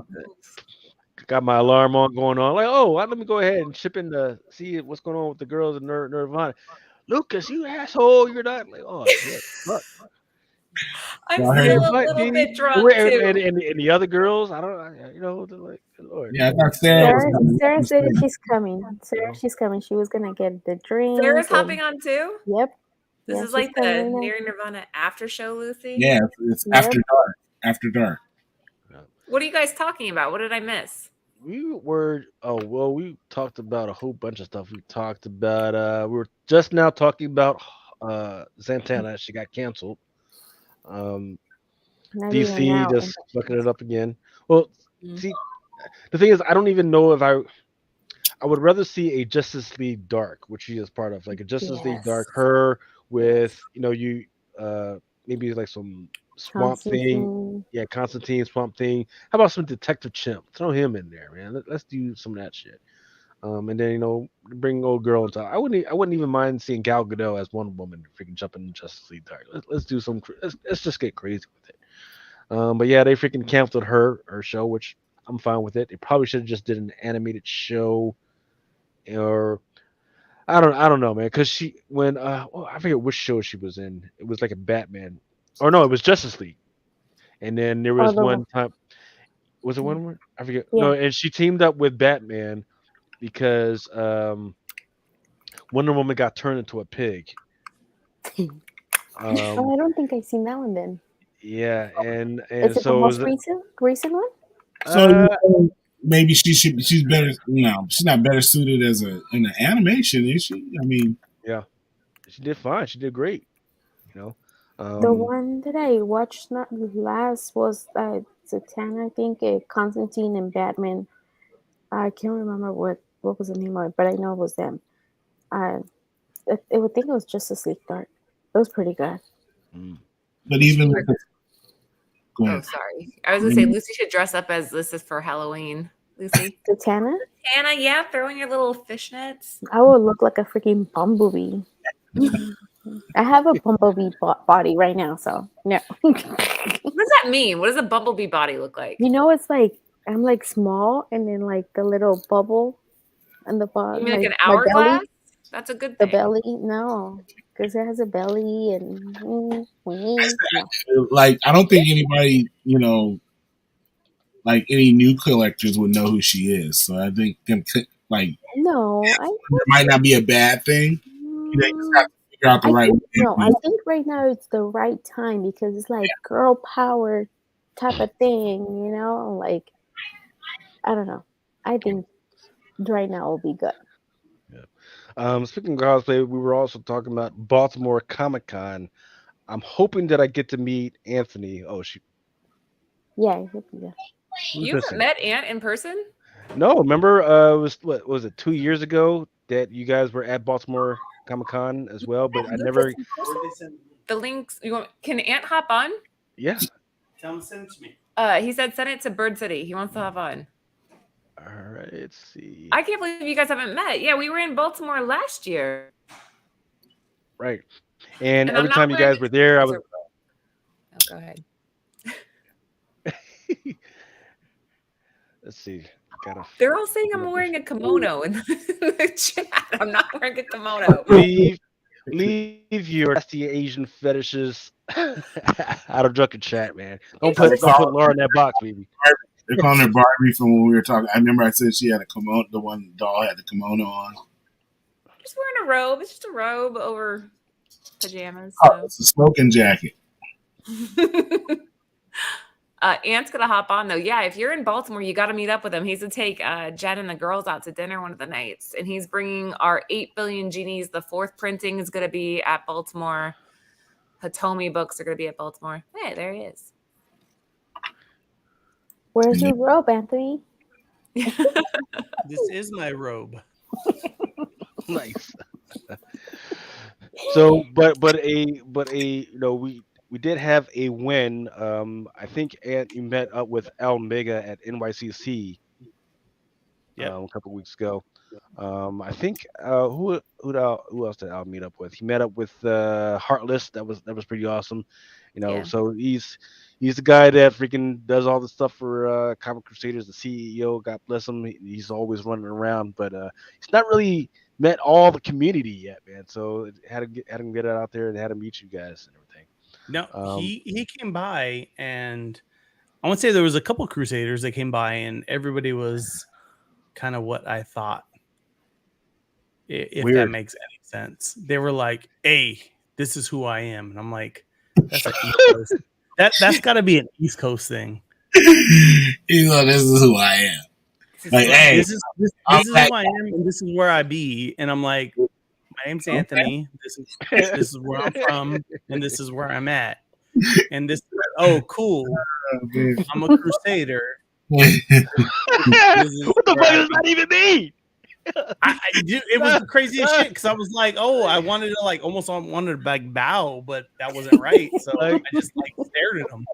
You have my permission to tell him to fuck off. I don't know who's saying, man, fuck you. What the fuck? It's crazy. My friend. No, you tell them fuck off. Tell them you're with Drunken Chat. Fuck off. Hey, I've seen Al on shows. I flipped it and he's just shooting the shit with Todd McFarlane. Yeah. I'm just like, what the fuck? You're having all these different people just chilling on there. I'm just like, okay, man. That's funny. Oh my gosh. They're like eating dinner. No, yeah, it was crazy. I met some cool people. Where's my wallet? I got a couple business cards. Let's say that. Nice. I'm jealous. I don't get to go this year. I'm gonna be home on kid duty. Can I be Laura? I'm jealous. Why don't you I bring just the walked around kids? New York all day long and spent your money while you were working hard. Okay, you cannot give me shit about that. Hold on. My name's Laura, and I went to the Met, and then I had this cappuccino. and then this amazing bagel. What were you doing? I was dealing with dudes being like, "What? You don't have any 8 billion genies with you right now?" What the hell? It's So- Lucas, he's giving me so- shit because I didn't spend yeah. the whole time at the con. I didn't want to spend the entire time at the con, so I went around New York. You don't go to New York and only go to the Javits Center. Yeah, You it's- gotta No, go you go and around. you get a slice of cheese from every spot you can see, and then you get a sausage, bacon, and sausage, egg, and cheese Mm. on a couple different spots, and you see what's what. That's what you do in New York. But Bacon, egg, and cheese, not sausage. I went sausage. I didn't do bacon. You had to get the bacon, egg, and cheese. I Yeah, brought bacon. this was our last day there. I walked back from the convention center to the hotel, and I stopped at every pizza place on the way to the hotel, How and many? got one slice of cheese. Okay, How many? How many? follow me on this, Lucy. I showed up with like 6 or 7 slices of cheese pizza, You did. and Laura and I, we came out front, and I said, "Look, I remember the name of every spot that I bought these from. I'm gonna lay them all out for you, and you tell me which one you like the best." And Laura and I ate pizza for like an hour. Cheese pizza, just one slice of cheese from every spot from the convention center all the way down to our hotel to see which Hey. place she likes better. Aww. Which one did she like You better? want to know what the winner was? Which one? New Jersey. Andiamo's. Andiamo's pizza. What did we Sbarro? say on, Laura? 26, It's a 29? 29th in the park, roughly. Okay, 29th Avenue, 29th. Andiamo's pizza was the winner out of like 6 or 7 slices. Nice, nice. Good stuff. Good stuff. Can't complain. That's Michael Scott's favorite place, Sbarro's. When you go to New York, you go to his favorite place. Where did With McClay the, go? with the stuffed pizza, the stuffed spinach pizza. Hey, you need to subscribe to Mama Kama's OnlyFans so you can see her in those fishnets and that Santana uniform. What? Oh, there. Oh, there. What? Hey, shh, you're trying to pay for your window, girls. Come on now. Get it, Lucy. Try- Get try- it. I'll sub. How many people do we have watching right now, Lucas? Try to get And you I a don't flight to shave. Baltimore, Con. Come on now. And I don't shave, guys, so just so you know. Hey, some guys are like that. They like it hairy. I mean, hey, I'm just saying, follow the people that can do the most with the least. you know what was crazy, man? I've probably drove along this freaking road thousands of times in the last 20 years. And I just realized that this particular stretch of highway, I was driving along it this morning at 4:00 in the morning. It's called Harry Bird Highway. It's crazy. Called what? It's called Harry Bird Highway. I don't know why it struck me. It was like I was turning right. I was like, "Oh shit, what the fuck?" That says Harry Bird. Okay, all right. That's so And you funny. just got a Bird City? You know, I was on my friend. He's a director, and he did I don't you know Felipe Esparza, the comedian. He did Yeah. his movie, and I was one of the. He asked me to be one of the extras, right? And my name. He asked me. He's like, if you were a stripper, what would be like your stripper name? And I was like, Choncha with the hairy legs. Well, that's what he named me on the movie. And they talk to him like Choncha, terrible. and then he says Choncha with the hairy legs, and then they show me. You go All walk right, out. hold on. Oh, Laura and I have been married for a while, a long time. A while. Laura, what is my alter ego? Oh, we don't. Hold on. Laura, what Carlos is my alter Cabana? ego? When I come in and I'm like, "Oh, miss, you want the rub down with the coconut oil You're What Carlos is it called? Cabana. This sounds Carlos very private. Cabana. This conversation sounds very private. I don't know. Yeah, That's going on. that's I was like, How man, is I don't think you want to tell us that. I'm just saying. That's my super name, my alter ego. If you ever see Carlos Cabana, Hey, that's He's like, I'm not telling you. okay, hey, Carlos Cabana, Chancho Hey. with the hairy legs. Pancho with their Remo. legs, Carlos Cabana, Lucy, high five this way. Laura's When like, I'm Anthony- gonna call you. when we do this though, like I'll be like, all right, Anthony, it's my turn, and I'll like be rubbing his back, and he's like, who are you? And I'm like, I'm Olga. He's like, "You're Olga." I'm like, I'm Olga, and he's like, you're ruining it, Laura. And I'm like, Olga. Everything Olga, okay with hot. the vodka. And I'm like, That's mine. but that's hot. Like a big my Russian sex mosquito. is You know what I crazy. mean? Hey, Aunt, way to ruin it, right? Thanks a lot. Like, Is Olga I Russian or I is gave she? you Carlos, you gave me Olga. Hey, but is Olga I'm okay. is Olga Russian or is she German? She's We don't know. She's Russian. We don't know. Depends Hey, on her mood. Sometimes she's Russian. European. Because Sometimes Russian, she's Olga she'll, will crack the knuckles on my feet, and she'll be like, "Everything okay with the vodka?" because she's Russian. She's going to show up Hey, like that's- hot, freaking with It's called the role playing. You're not supposed to tell us. We should be talking about this, When she, Aunt. Why when are she we wants to talking play about Olga, this? she don't shave. I would, yeah, because I want to hear more about Olga showing up with the lederhosen to freaking get down. Hey, with some spits and grooving. We're not live right now, right? She grabs that thigh and like lifts it all awkward, and she's like, "Ricole," and I'm like, "Bro, it ain't sexy." Anyways, moving How many on. viewers do we have right now? By the way, None. We have 0. Okay, Moving on. Thank God. Hey, that just made 25 more people jump on. Oh, Oh my god, hilarious. oh my God! Black Everything Adam okay. hits 25 million. 25 million? They made Wookie, it? yeah, but that was Wednesday through Friday. Wookie Father says that that's Black Adam should have been Russian, not The Rock. Are those comic books at the movie or no? You don't have no widow speak. you don't have any type of beak. I'm just saying he needs the widow's peak if he's gonna be Mr. Black Adam. 25 million. Yeah, I was looking for. All right, that's Wednesday, Thursday, through Friday. You still got Saturday and Sunday. Right? Adam Smasher looks like a baby. Move on. Hawkman, I'm looking forward to. Dr. Fate, you can't go wrong with the 007. I'll give that yes all day, please.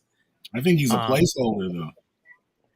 I'm fine with that still because it's like a pimp sets up a pimp. As long as they bring in the replacement that slides in, I'm good with it.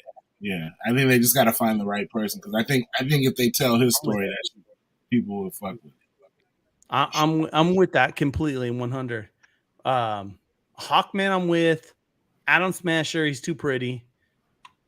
What? Cyclone. What? It's not too Look pretty. at him. He's doing that constipated look like No. from the. No, It's the Zoolander. What was it called? Blue Steel. Yeah, Blue Steel. Blue Steel. Yeah, I don't like. I'm sorry, but I do not like The Rock. I don't. I love The Rock, but he's not good for everything. Yes, exactly. Okay, yeah, that's what I mean. Not that because Walking Tall and what's the other one? I like The that. Rundown, Walking Tall, we just watched Walking Tall. Like he was, yeah, but these like Jungle Cruise. I'm with it. Yeah, Good on. now he just plays the same. Yeah, He's like Will Smith. He plays. Yeah, you don't want to see him as a superhero. You want to see him as everything else. Mm-hmm. Right. He's done too much comedy to tick on dark for me. So who would be better, Ian? Who's better? Better for a Black Adam. Yeah. Me.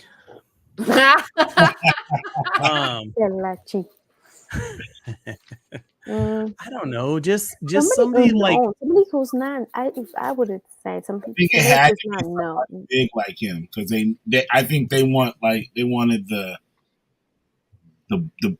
POW. You know what I mean? Like if this was under normal circumstances when this dropped, this would have been the $80 million film the first weekend type shit. You know what I mean? Like, but I would be fine with The Rock as the Hawkman.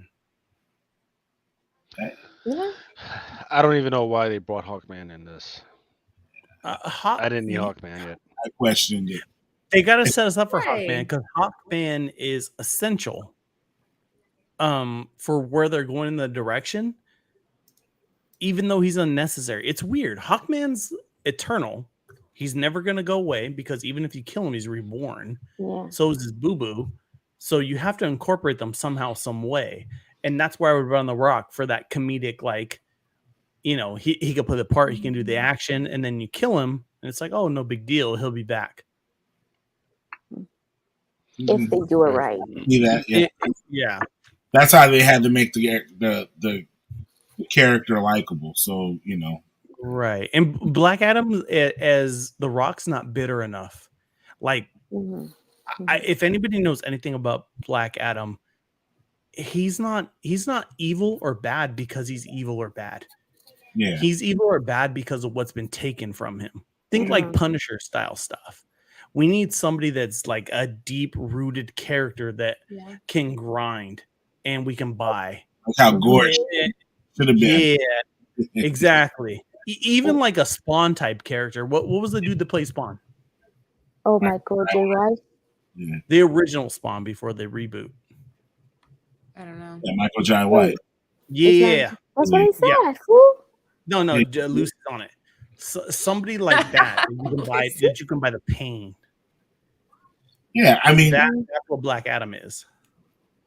I could see it. I mean, yeah, but I think, like I said, I think it wasn't even about the story for them because probably when they did this, they were looking for this to be what was going to get them paid so they could jump back in the game. You know what I mean? Like that's the thing, though. He's already a Fortnite skin. Like, are we talking about who's going to portray the character better? Or are we talking about what we can sell?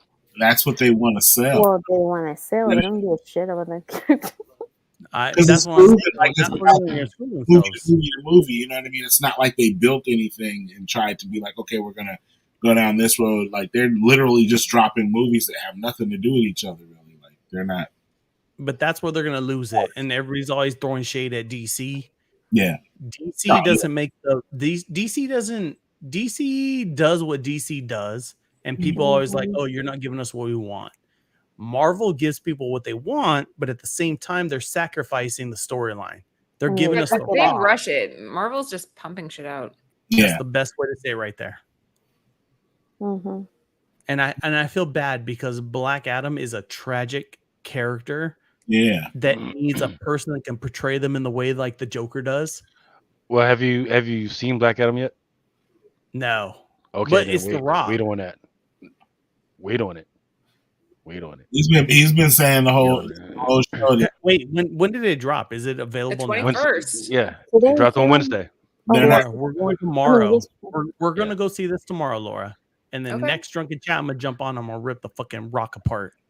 What if you like it? What if you end up liking it? I don't think so. I don't think The you will. Rock. I think it's going to be done great. It's not what I want. That's the difference. See, I think what's happening is you are mistaken with the movies that you've seen, and you're miscounting the movies that he's able to do. But it's The Rock. He doesn't change. He plays the same character. When he was in I understand what you think, but got to remember when he was in the WWF at the time, he was the heel.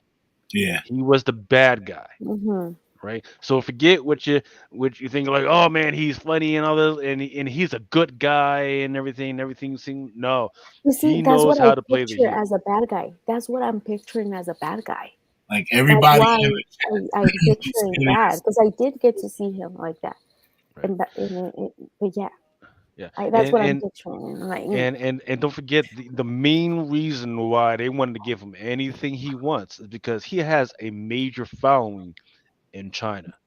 Exactly. Those Wookiees saying this, that, and the other thing, but got to remember those numbers, those international box numbers have not even come in yet. Yeah. I was just gonna say, how did it perform in China? We don't know yet. We don't know yet. Not even out yet. Didn't he put some money into this too? So, because supposedly he's been trying to do this for 15 years. That's what he keeps saying. He's trying to do something, but that's his whole thing. The what was it? What does he say? The most spectacular man action show business, like he's gonna push that agenda. Yeah, right. And that's what I said. That's what I mean. Like they knew what they were doing by casting him, and this is what they want. They want him to sell crazy the first couple of weeks, and then it's gonna put them in position to get back into the game. Like they probably don't even have it planned for him to make any more movies, but it was like it's like when Deion Sanders went to the 49ers. You pay him because he's gonna get you guys are gonna get a Super Bowl that year. Right. Like you know what I mean? You're getting all the money. You're gonna get back in the game. There you go. Yeah. You give me football terms, I'm with it. Yeah. Well, you know what's interesting is if you've been paying attention to the way that a lot of the media has been betraying his role and making this movie happen, and the fact that he will have executive producer rights on this because he brought in a whole bunch of people, the right people, and everything. He was able to get Henry Cavill into the freaking movie. Henry Cavill. And the direction that he's been saying that he wants to take this. I'm just saying, Henry Cavill. Papacito, Henry Cavill. Right, Lucy, come on. Come on. He's just like, if there was like a perfect man to send to space to like represent all of humanity, that would be him, right? Well, right. Well, what do you think? Because Superman is supposed to be the all-American boy, but he's played by an English actor. I think Superman's supposed to encompass humanity.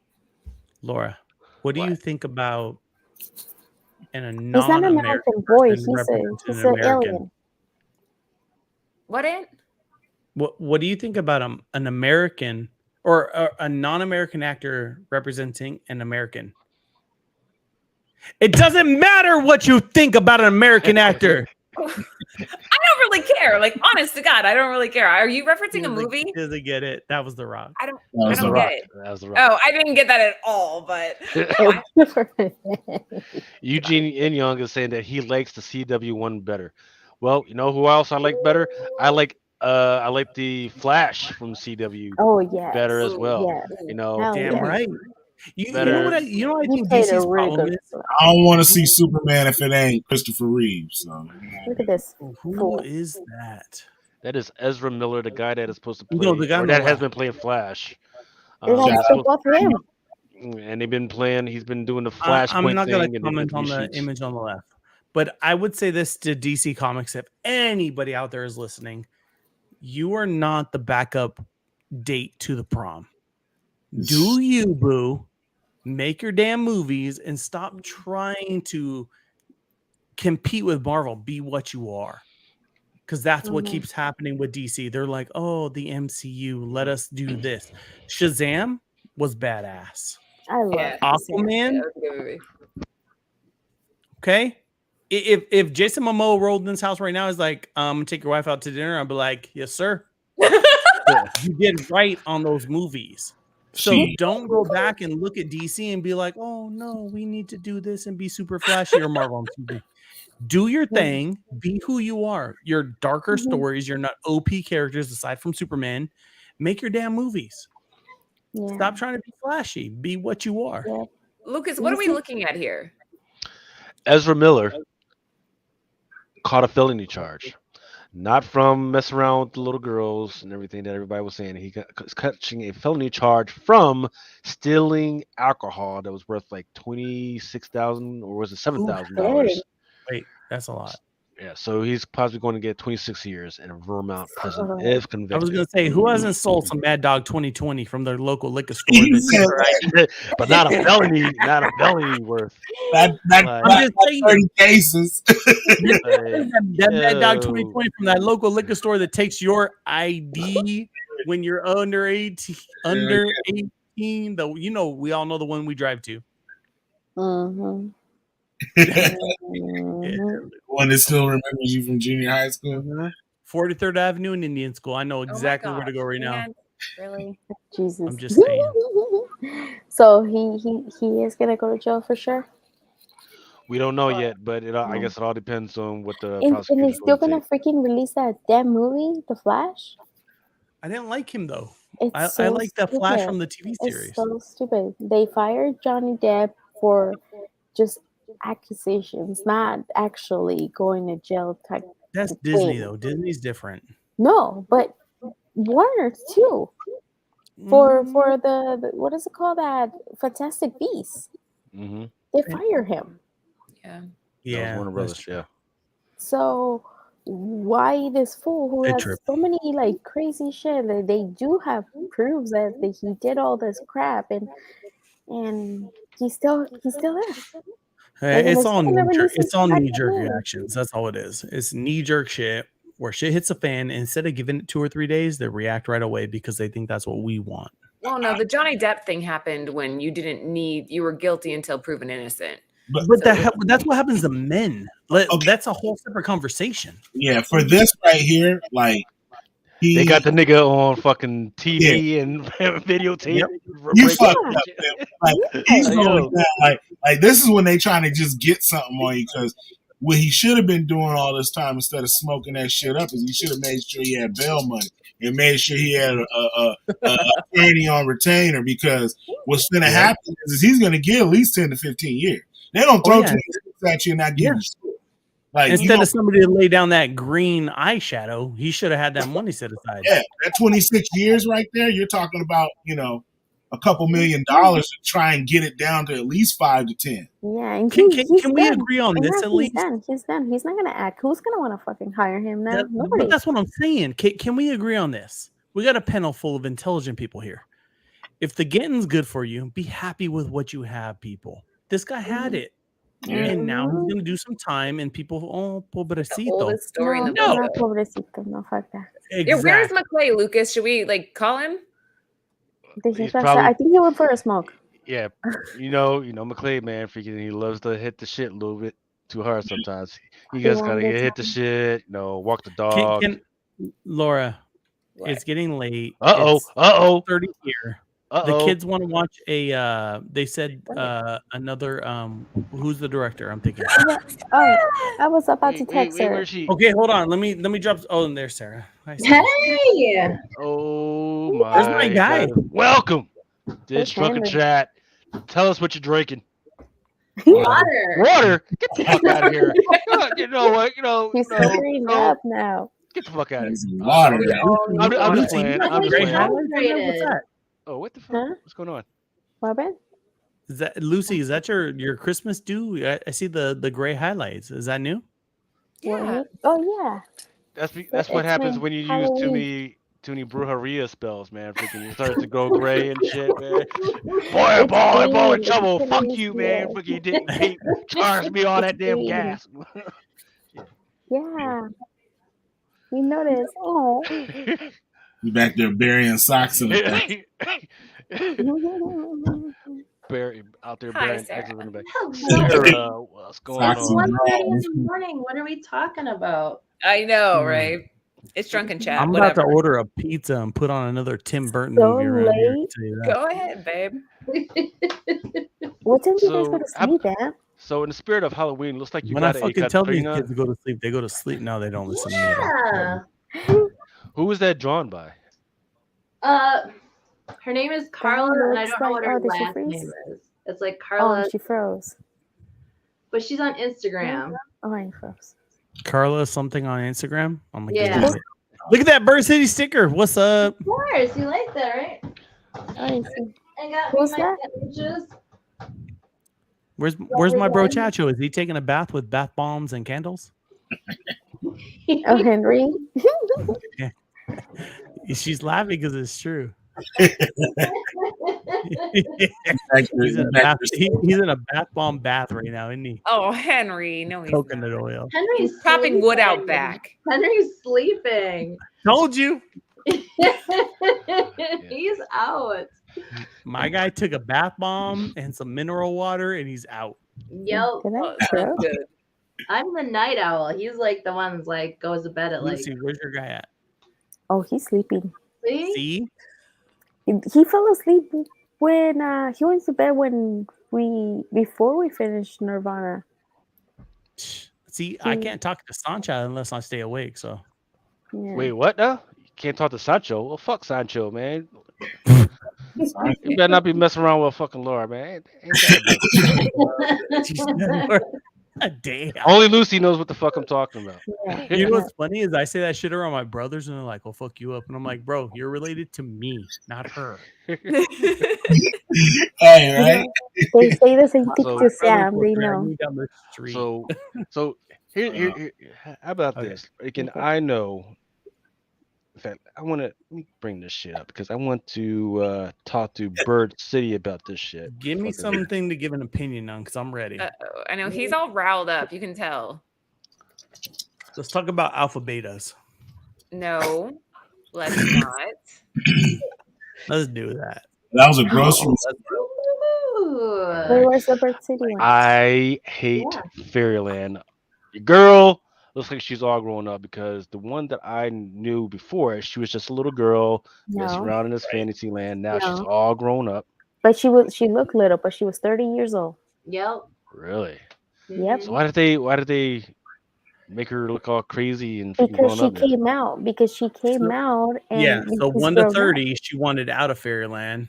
Then she Mhm. got out. She's 30, and she's like, "Real world sucks." And she goes back. So now she wants to go back. Okay. She wants to go back. So that's why Yes. looks like Bird City has Mhm. partnered with Image to do this I Hate Fairyland, their own little variant, and it looks amazing, by the way. Mhm. Yeah. It was interesting how this one came together because there was a lot of like animation style ones we wanted to do, but I wanted to do something different. Yeah, So and I McClay thought- is like, do original art. You gotta push original art. So we're like, okay. Right. So McClay was in my head, and I'm like, all right, this is my opportunity to do something original, something new, something fresh, and take a series that Scotty Young. It's already an established situation. Let's bring some ultra realism into it. So I hit up my guy Rob Zinski, and he's like, me. I was like, just do it, dude. Do it for me and see what you come up with. So originally he gave us the 12, 13, whatever, the little girl in the dress look. And I'm like, dude, she's 30 now.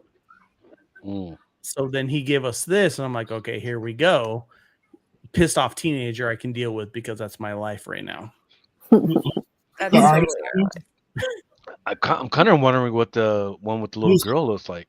Who's the artist on the cover? Rob Zinski did that. Let me see if I have the. He's really I well love known. this. He used to do like movie posters. He's known for doing like these paintings take him hours and hours to put together. And we just, again, we wanted to go the opposite end of the spectrum because we knew there was going to be a lot of competition on this book, Yeah. first of all. And so we're like, okay, if everybody's doing anime, how can we just like set ourselves apart? So like what Anthony said, we went super realism. And I think he did a great job. It was kind of like a Tim Burton meets Alice in Wonderland vibe. That's what I was Also- going for. Use quote Nirvana. Okay, so I don't have the where he completed her, but you see like the dress and the axe on the shoulder, and she was like that little girl look. So Yeah. this was the original, and I'm like, bro, she's 30 now, and she wants to go back. And he's like, oh, okay, and we had to change the whole thing. Yeah, we started from like I really like how it ended. How you guys have it. We I wanted really that like. Alice in Wonderland type feel. Mhm. Right. I don't know. That looks G- good, g- but this one definitely looks fire, man. Freaking, That's it's not definitely Yeah. it captures like a kind of a manga type. I could definitely see people cosplaying just like that just from seeing this freaking art right here. Oh, that's So true. just That would amazing. be that'd be an awesome cosplay. Yeah. Mhm. Walk around the con like this. Yeah. Oh, Yeah. I can cosplay this. Yes. You know, when I first started I got into comics, well, I Hate Fairyland. That was one of my very first comics that I read. And I wanted a cosplay for, that was like the first cosplay that I wanted, but then I was so pregnant with Romy, I could not cosplay it. I could not. Like, I was about to. That would have pop been it. even a better adaptation if Right. you were I Hate Fairyland pregnant. Pregnant. Oh my God. Real quick, Lucas, on the top, that build a bundle. This is new. We haven't even advertised it yet. Yeah. You load any four books, four books, from that backstock inventory, you get 35% off your whole order. Automatically. Free Just shipping deducted. still kicks in on anything over $100. Yeah. Any four items, 35% off. Some good stuff in here too. I haven't advertised this at all. I built it, and then we were like, let's talk about it. And it's Well, just remember kinda- you did have the idea. You were having the idea here on Drunken Chat. Yeah, we had to Like- figure out the like a month logistics of ago. it, like how to make it Like- work. right. Like a month ago or so. Remember you said, I think Mel, you were, I don't know, something like that. Remember you said something. Yeah, it's kind of. We're gonna run that. We're gonna do the build a bundle at least until the end of the year. We're gonna give it till about December 31st and see kind of how it plays out. I got about 10 more minutes in me before I'm like cashed out. So let's talk about what we have for the rest of the month. What, are you down? Like sharing like under the radar stuff? Lucas, can we? Absolutely. Go ahead. Go Okay. ahead, Ann. What you So do? I've got plush number 1. So plush number 1 coming up. It's gonna be me, John Jang. He's gonna do the art. Oh. Have you guys ever played Five Nights at Freddy's or Lennox, yeah. yeah? What's the other game, Laura? I gotta ask Adam. He's the one. Poppy Playtime. Yeah, that. Yeah. Not the little teddy bear. You got it. Okay. Creepy. So plush number 1 is about a guy that he's like bored, and his friends are like, "Come to us to this comic convention." It's all about what is it when people dress up like animals? Furry? Oh, First, Furry. yeah. So it's a furry convention. So the dude, like, cool, whatever, I'll go. He goes and he goes into the an alleyway to get some air just to chill because it's too much for him. And there's 3 furries in the alley eating a body. So my son, my 12-year-old's like, dude, that's like Poppy Playtime where you go into an abandoned toy factory and furries are running like rabid and they're trying to kill you the whole time. And I'm like, bro, Poppy Playtime. Yep. So this is a Poppy Playtime homage. John Jang is doing it for us. And it's so plush cool. number 1. Yeah. The story's legit. Which This publisher? is this, Image. Okay. This isn't the final art though, right? No. This is the concept art. I haven't even gotten the Concept, finalized art okay. yet. Dang. Right? Okay, so creepy, right? Okay, hold on. Well, there's more. Then I've got Hate Fairyland. And I need you to, okay, this is what I need you to do for me. Yes. Just for me. Fuck everybody else. Hold this one, Lucas. I'll put it up here. I need like a box that I can pick whatever is gonna come out, and then not till then I make payments until it comes out. Then I get my 4 covers. She wants a loyalty program. Laura has been on me. Oh my gosh! Don't show that one yet. Laura Has been on me about That's doing a 3. subscription box. 3.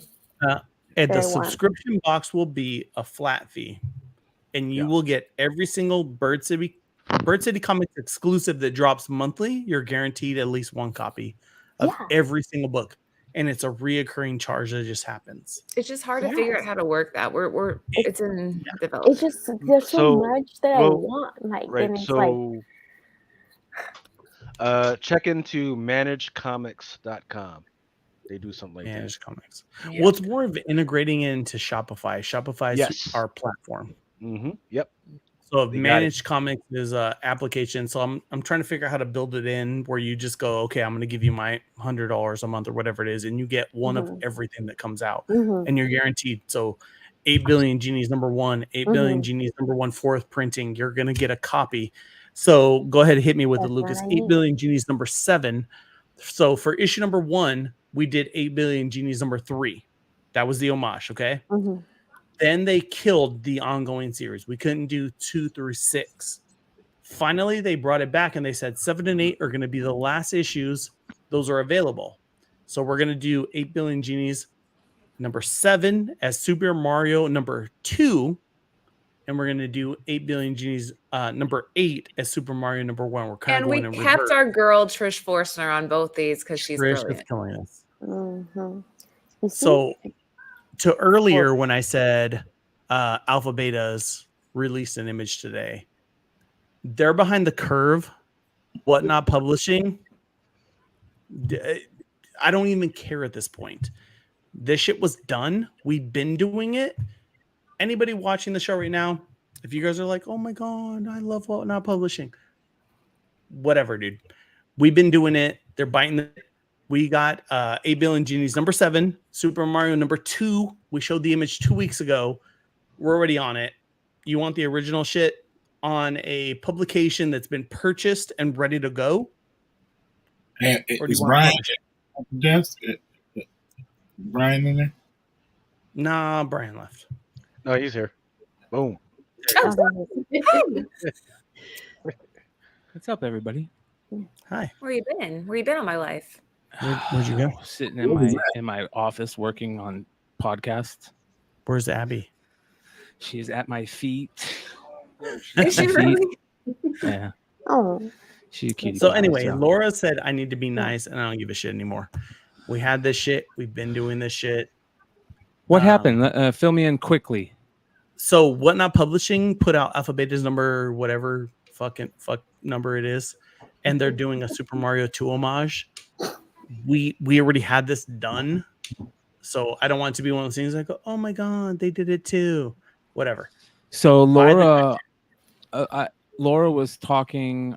This was last Tuesday's podcast, I think, for Nearing Nirvana, and she had mentioned that in 2023, Bird City Comics is going to strive to do less homages and more original art.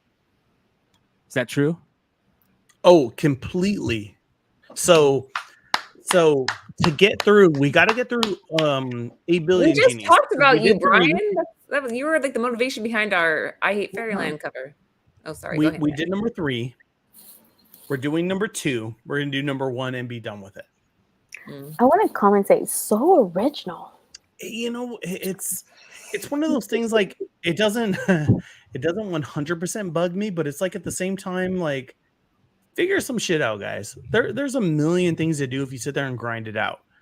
But that's not what happens. People go, oh, I'm going to make a video game cover, and they run with it. Cool. Whatever. Just know that it's not going to be one of those things where you can just do what you want to do, and people are going to be like, oh my God, this is so great. No, I'm going to be right there to comment and tag and like, put Mr. fucking smiley faces with the you know, the cheeks that are all red going, and then they're going to see me and they're going to be like, oh shit. That's what I'm talking about. Like, that's Thank you. People like that because they keep letting it happen because they want to put their foot down and approach somebody wants them. And I'm not a violent person. I'm not a violent person. Not at all. You have to have, you know what I mean? You gotta, you know, you can't be biting people's shit. That's I'll just come out and say the homage thing to me is biting somebody's shit. You know what I'm saying? Like, do it once, like that's enough. I don't want to see it all the time because, right? You know what I mean? That's like seeing a Louis Vuitton label somewhere on everything, and you know it's not possible. So, yeah, we have some good original art coming up too. Good stuff. Really good stuff. And Laura and I understand. Like we're biting too. We didn't invent Mario. We didn't invent 8-bit art. I get it. I fucking get it. But I will tell you, I brought it back to life after 2015, and I'm gonna ride the wave. And then people are like, "Oh shit, that looks nice. Let me get in on that." Cool. Do you? But you pay homage to the people that paved the way. Or at least you reach out to them and say, hey, even if like you didn't know that they were doing it after you did it, be a human being. If you're a man, be a man. Make a phone call. You know what I mean? Don't do it over text. Hit somebody up and say, hey, do you mind if I... industry. That's why we're trying to change it, bro. That's why the transparency is so key. And what it's going to take is honest retailers like you who are going to not waver on their ability to be transparent and be respected in this industry for doing the things that you say you're going to do, right? There's so many problems right now, especially, you know, behind the scenes that it's just really ramped up over the last year. And the way it's going to change is by holding people accountable. And that's done two ways. That's done by negative impact, right? I'm not going to buy your shit anymore. I'm not going to watch your stuff anymore. I don't agree with how you're acting and how you're dealing this way. And 2, I love what you're doing. I respect what you're doing. I'm going to buy your shit. I'm going to follow your channel, your page, and get on your text messaging early things. That's how it's done. But So- what person honestly enjoys seeing somebody do something they just did?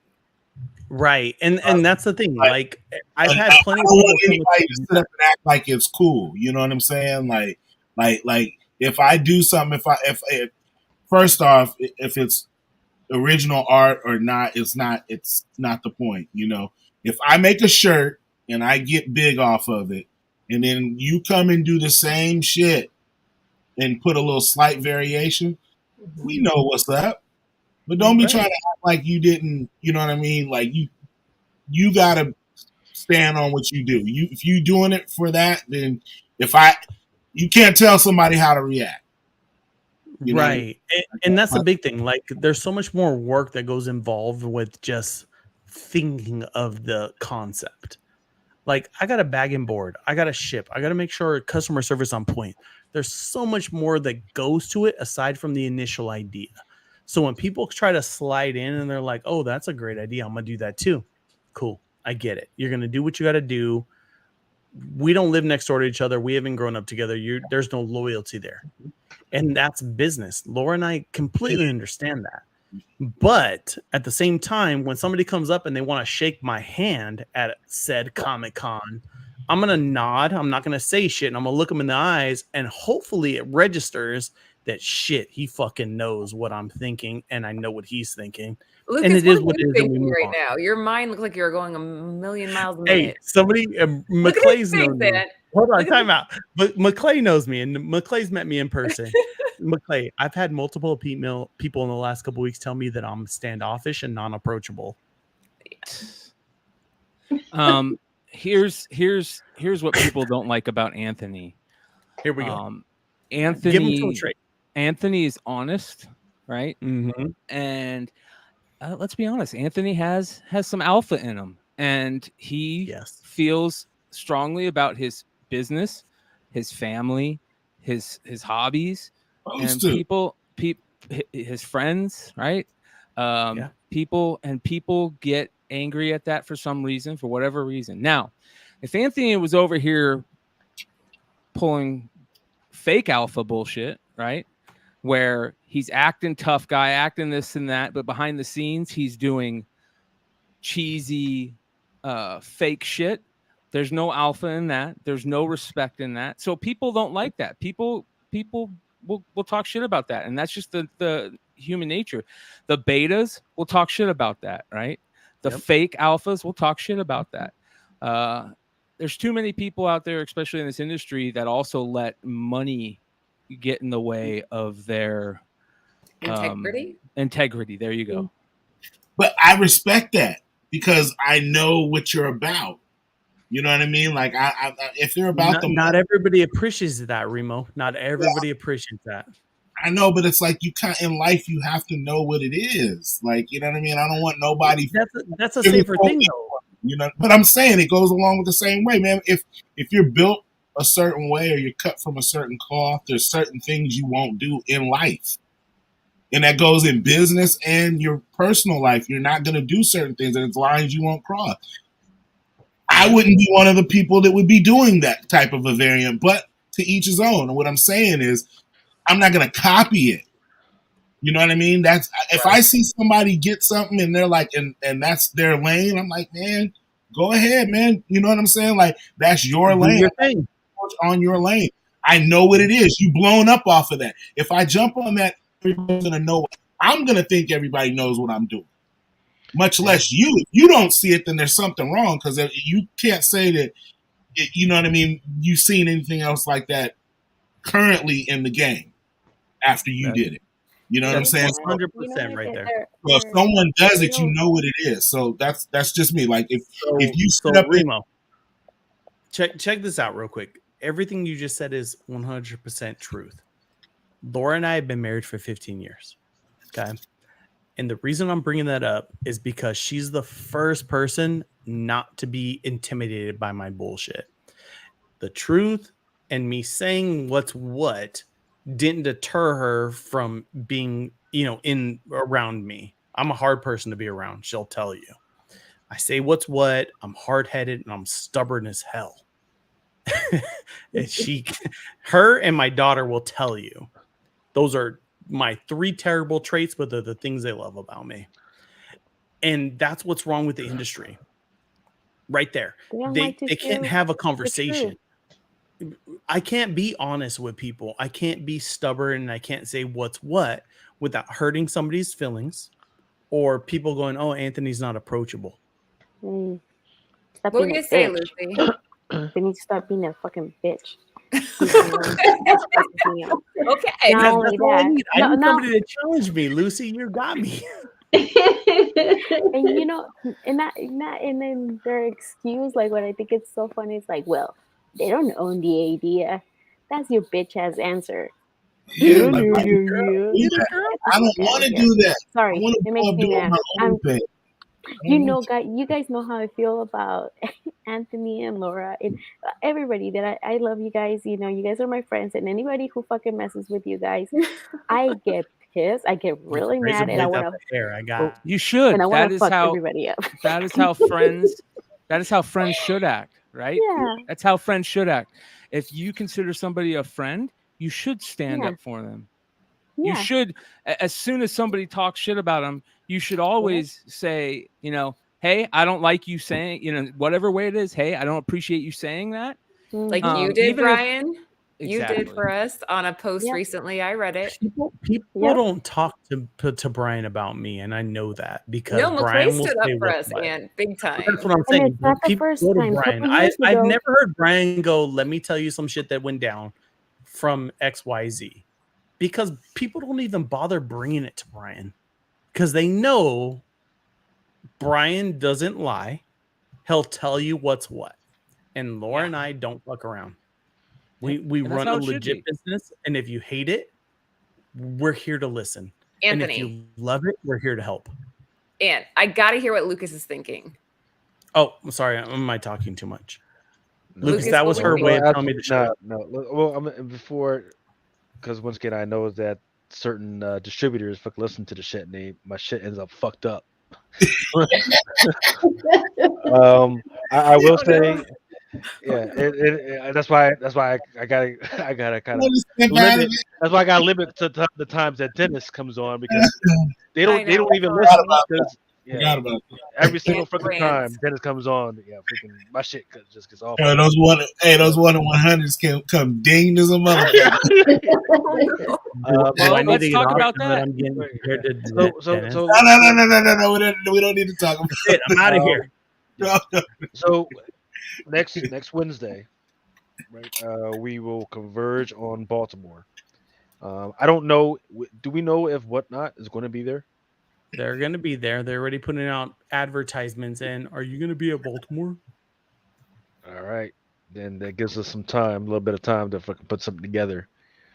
Who we're going to freaking talk to. Oh, I think it was like, who we're going to be there. Oh, dang. Talk. Okay, fine. Hey, you know government's listening. You know government's listening. I'm not fucking about to fucking say some crazy ass shit. Who we're going to talk to and address and communicate with in an adult way. Yeah. Right, so it can all be resolved. I just think what the fuck you talking about resolve? I'm not talking about resolving shit. I'm just talking about communicating. Hey, there's a don't get me fucked up. I'm from Philly, dog. You don't fuck what I'm talking about. I'm just saying I can be worked out. Working out, man. I've been working out. Worked out. Resolved is a different meaning for me.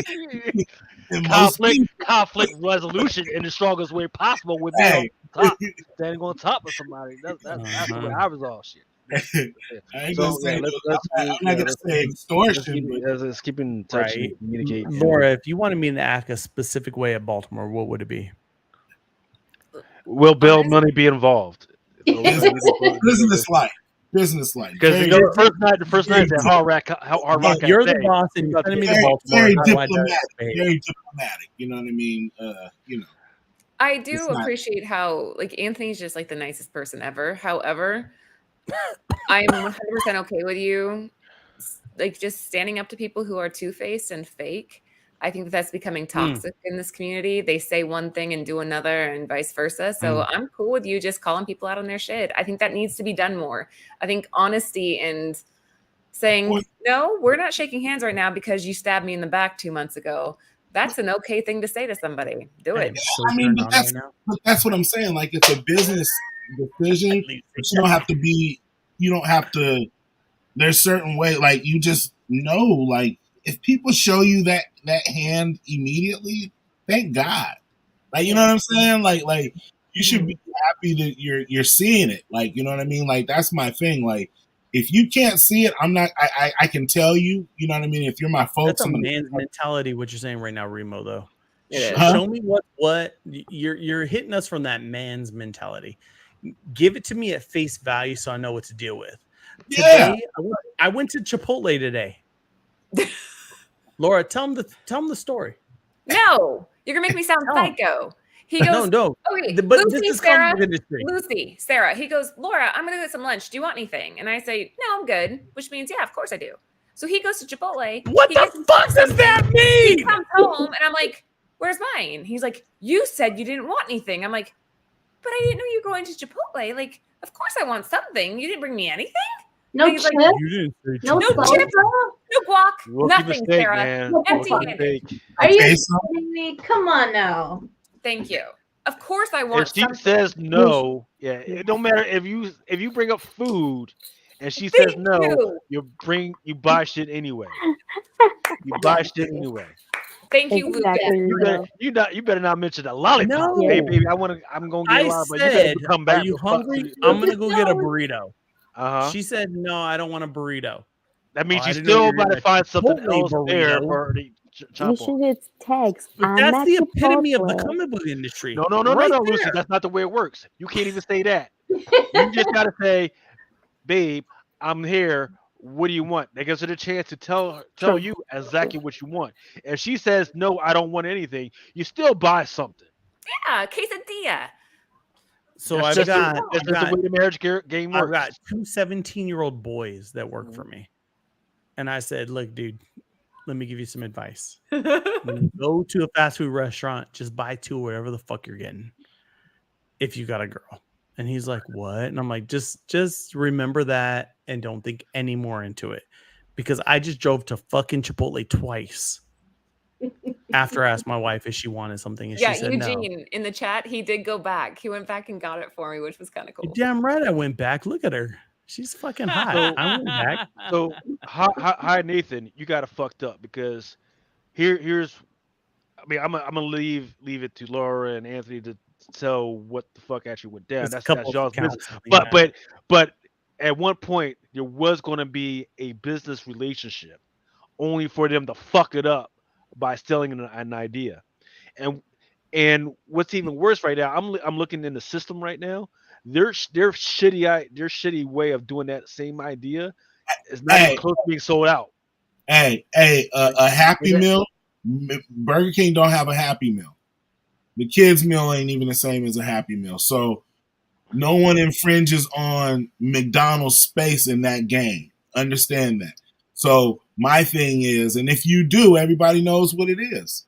You know what I'm saying? Like McDonald's they got adult Happy Meals right now. They got the little, the Happy Meals for Halloween. Happy Meals? Is that what you said? Adult Happy Meals? Yeah. What's in it? Yeah. Not anymore though. They can't get it because the toy insides are worth, $70, $80 a piece. What? Yeah. Yeah. No. I got two of them. Yeah, they're worth money. Which one do you want? Laura, money. They're worth like $30, $30, yeah. It's almost 12 o'clock here. We got to get going because the kids are going nuts. Oh, okay. I want to leave you guys with one more situation. Oh gosh, what now? Here we go. I know, right? God, how do I even start this? I don't know. Just spit it out. Just spit it out, right? Exclusive market versus old school collecting. We had a person comment last night, Laura. You remember? Mm. And they came on to a modern comic post and said, stop buying this modern bull. was their post. Okay. More or less. So nicely, I gave him a little thumbs down, like emoji, and sent it to him. He said, I wipe my ass with your comics. I get it. To each your own. Everybody has an opinion. But before I get off, I'd like to say that there is a market for every collector, every person. McClay is one of my best people that lives out here in AZ. Him and I will go get tacos and Mexican food all the time. And he's not a fan of exclusives, and I don't dislike him in any way, shape, or form.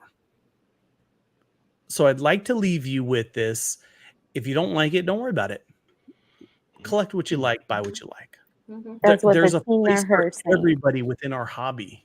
There really is. But don't shit on people that do like it, and don't shit on the creators, the artists, all the work that goes into these things. Don't come onto one of our posts and start talking shit, because then you're shitting on us. And that this guy seeked us out to make a comment, and I thought to myself, your comment's not validated. It's not right. But I was thinking to myself, like, your comment's not invalid. I get it. You feel the way you feel. You didn't need to seek me out to say this. But collect what you like, find your groups, and enjoy the hobby. It doesn't have to be this whole system of walls. You live here or you live here. Mine's better. What I collect is better than what you collect, and mine's gonna make more money. But just buy what you enjoy. Because a lot of the new collectors, they have no idea where to start. They don't know how to get into these old school key books. New collectors that want into the hobby, new books and exclusives are a great starting point. It's comfortable and it's now. They're easy to get. I'll never understand somebody saying either modern, silver, golden. Why would you say stop buying modern bullshit when if you like comics, you're buying new comics to read comics? Like, absolutely. I can understand if he said stop buying modern as investments. I understand that. I mean, you don't got to be a dick about it, but it's cool to say that. But to say stop buying modern bullshit, like, what are you talking about? That's the whole point of a local comic shop, and to go on Wednesdays and get your box. Absolutely. Yeah. Otherwise, it dies. But that's the thing, though. Why are we drawing lines in the sand for collectors? Like, we're a community of people. Silver Age, Bronze Age, Copper Age. We don't have a community. Anthony. That's what I was telling him, Brian. And when New York, that this sense of community, I feel like has been that word's thrown out too leniently. If you want to be a community, act like we're not united right now. We're not a people. Yeah. We've drawn lines in the sand. I wouldn't be looking for no type of unity. I would like, and I hate to say that sounds bad after I say it, but like, it's a business. Like, you know what I'm saying? Like, you're supposed to a point. Like, Balenciaga ain't funking with Gucci. They're just trying to make the best thing they can make. You know what I'm saying? So if they're not copying each other, they might steal people from designers from each other, but they're not copying each other. You know what I'm saying? They're in two different lanes. You know what I mean? So I think they need to kind of, you know, people need to stay in their lane. Like, you know what I mean? I think that's where the hobby gets messed up, is because too many people try to, you know, get out of their lane. You know what I mean? And then that makes a bunch of shitty books that you're still trying to pass off as being good books when it was a throw in because it was a last minute thing. You know what I mean? They're not gonna take pride in what you do, and if you don't, it shows. You know what I mean? But Laura, don't get discouraged about the community, because you make your own community. We're building our own. You got it. We are community. Lucy, you know how many times Tuesday has like saved my week, because we'll be having such a toxic like social media and dealing with other stuff, but coming on Nearing Nirvana like is like cleansing for me. It kind of brings me back to why I enjoy doing this and hanging out with that. It's our community, you know, and all the people that are just like waiting to fuck each other up, like, you know, with one thing or another, they're not part of our community, you know. So you make your own community. You don't let them. It's completely true. I'm reading the comments here. It's like, fuck them and invest in what you want. Dan Ant is way too nice. I'm not nice at all. My kids will tell you that. But I am nice. I'm nice to people that play in my sandbox. McClay's got a different sandbox than I have. Doesn't mean I'm not going to split my peanut butter and jelly sandwich with him. Aw, that's a cute analogy. I'm picturing you two like in the yard. But I was thinking that McClay doesn't like exclusive. He doesn't like homages. We've never had a problem. It's because it's been done too much now. I respect him. I respect his cute opinion, and he respects what I do. And him and I will still go out for tacos every night, and we have a functional relationship, and that's what the community is lacking. Well, the other thing is this, and I think this is important too about the whole we make our own community thing. I think it's hard sometimes, especially when we think of our community, we think of all the people in the chat, this and that, people on social media, this and that. Yeah, that is a community, but it's not necessarily our community, right? These guys, a lot of people just watch us because they want to have things to troll for. All right. You don't always have to be nice to everybody in your chat. You don't always have to be nice to everybody on your social media. And I say it all the time that I'm not necessarily going to talk shit about somebody if I don't know them. But if somebody has done me wrong or done somebody I like wrong or my friends wrong, I'm going to say something about it. I'm going to be honest about it. I'm going to call them out. I'm going to say this is not right. And also have a caveat. Hey, if you're willing to say, hey, I messed up and I'm going to change and come out and do this, be on a show, be transparent about it. There's ways to grow after that. That's the type of community that I want. I want the type of community where we can say to somebody, hey, bro, that's kind of fucked up. You really think so? Yeah, man, that was a little fucked up, man. Fuck. I'm a little different. Mine's like, don't get fucked up. That's my shit, you know what I mean? Because it's like, that's why my shit is private. Because, you know what I mean? I'm only going to fuck with people that I know I fuck with. You know what I mean? Like, and that's different because it's personal. You know what I'm saying? It's like everybody I interact with, I have hopes of at one time meeting them face to face. So it's not going to be on some bullshit like where it's going to be trolling in comments, because if I really know you and you troll me on comment, if I say something right now on Facebook or Facebook or Instagram or whatever, and one of my boys or so-called homeboys says something that I don't like, I can go see him. You know what I mean? I'll be like, it might seem like you said like crazy, but what did you just say? You know what I mean? It's not going to be like, you know what I mean? Because you're letting everybody think a certain narrative, and we both know that's not how it really is. So I'm trying to play the same way I am in person. If you meet me, you're going to meet me. You know what I mean? Like, you're not going to meet Big Remo. You know what I'm saying? Like, you're going to meet me. So if I act a certain way, this is what you see. I'm in my home. Yeah. You think I'm over here acting like some, you know what I mean? So I have certain principles. So like I said, I come from a different perspective on a lot of things. You know, it's one of those things. One of my favorite aunts, Laura knows her. My aunt Olivia said, if you're not mad enough to fight somebody, you're not that mad. I go to a lot of cons, and I've not had one person come to me upset about modern comics. No, it's all talk. Then that's what I'm saying. Like, if you feel comfortable enough to make comments because you're going to type them up and hit send, and then that's what it is, just rethink it. It doesn't mean you don't feel that way. It just means, like, if you're not comfortable enough to say it to somebody's face, then maybe rethink how you want to word it.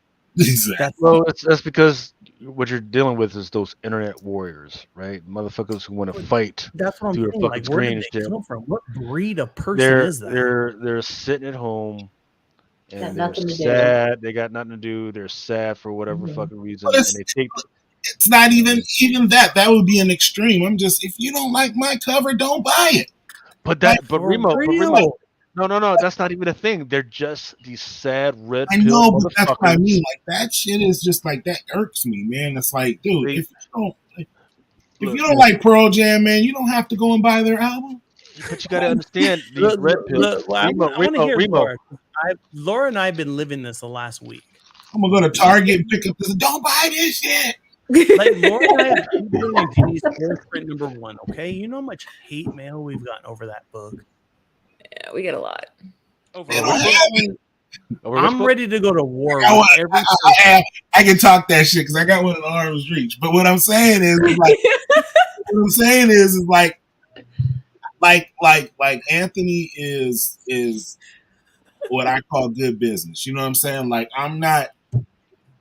It either is or it isn't. You know what I'm saying? And I'm not gonna press him about it. Like you know what I mean? Like it's like, oh, I don't have any more to book. All right, man, cool, man. I got them right. You know what I mean? Like it is what it is. They're not in the warehouse. There's no eBay account that I created that's brand new that I'm slinging them at top dollar. It's not happening. And that's why I deferred to Laura. I talk a lot. I get super about it because that's my personality, and Laura's my other half. Laura, weigh in, and then I swear I'll get off. You see me go off the hinges. The kids look at me and they're like, "Oh shit, Dad's in a mood." Tell the people what they need. He shouldn't even have to go through that though. But that's my thing. Like, if people are stressing off of the wrong things in life right now, like, you know what I'm saying? Like if you didn't get all they got, Remo. That's all they fucking got. You know how many pairs of shoes I missed out on, and I'm talking about bullshit shoes in the last couple of weeks. Mel's got them. Let's go still. I missed out on like 4 pairs of Crocs, and I just started buying them. You know what I'm saying? Did you just say Crocs? Hey man, they got some shit, man. I got some ill. Laura, I need Crocs. I don't own one pair of Crocs. Laura, buy me some Crocs tomorrow. I'm the first shit, man. And they got look at that. I got shoes on. Look at. I got shoes on. Those are your house shoes, right? Those are your house shoes. Hey, look, hey, this shit is metal. Check this out, man. Look at this shit. Peep it out. These came with them. Peep it out. Put me on big screen. I'm gonna show you. Varsity Crocs, Laura. Where are the pins? Has he got the pins? Nice. Like a metal pin, a lighter. Wait, what do you do with these? They're pins, right?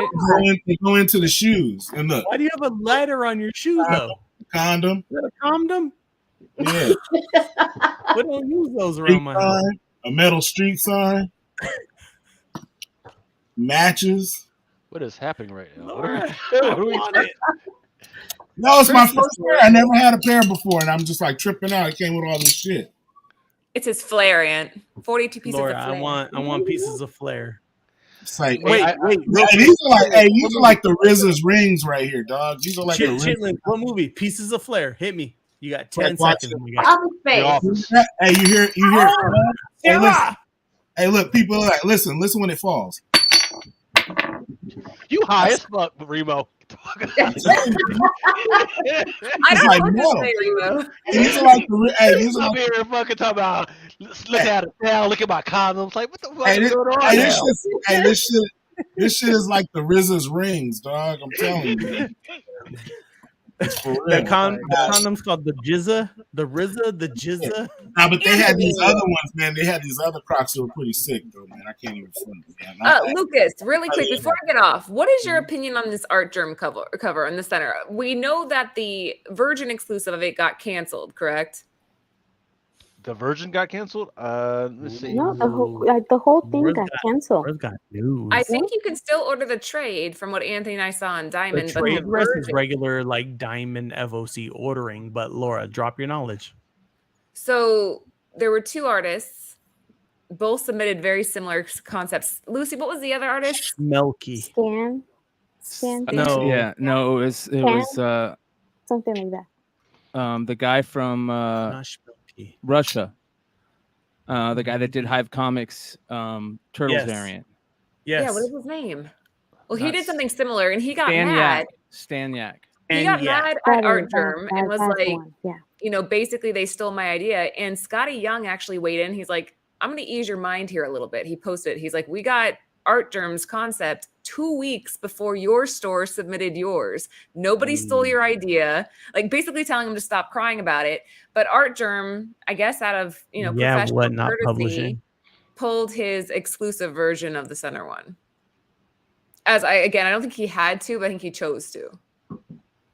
So by the way, hold on. He was going to do an exclusive, and he canceled it on Image, which would have been a Virgin variant of the middle image. Right. And he was like, "Nah, this guy copied and he did way too close to what I already did, so we're not going to do it now. Yeah. So, oh man, I heard Anthony say, "Yeah, Whatnot Publishing. Did Whatnot do something similar?" Yeah, Alpha Beta's number. What is it, Laura? I don't know. Don't care. Number 2. Okay, so They're doing Super Mario what, number 2. That's what you were talking we about. did.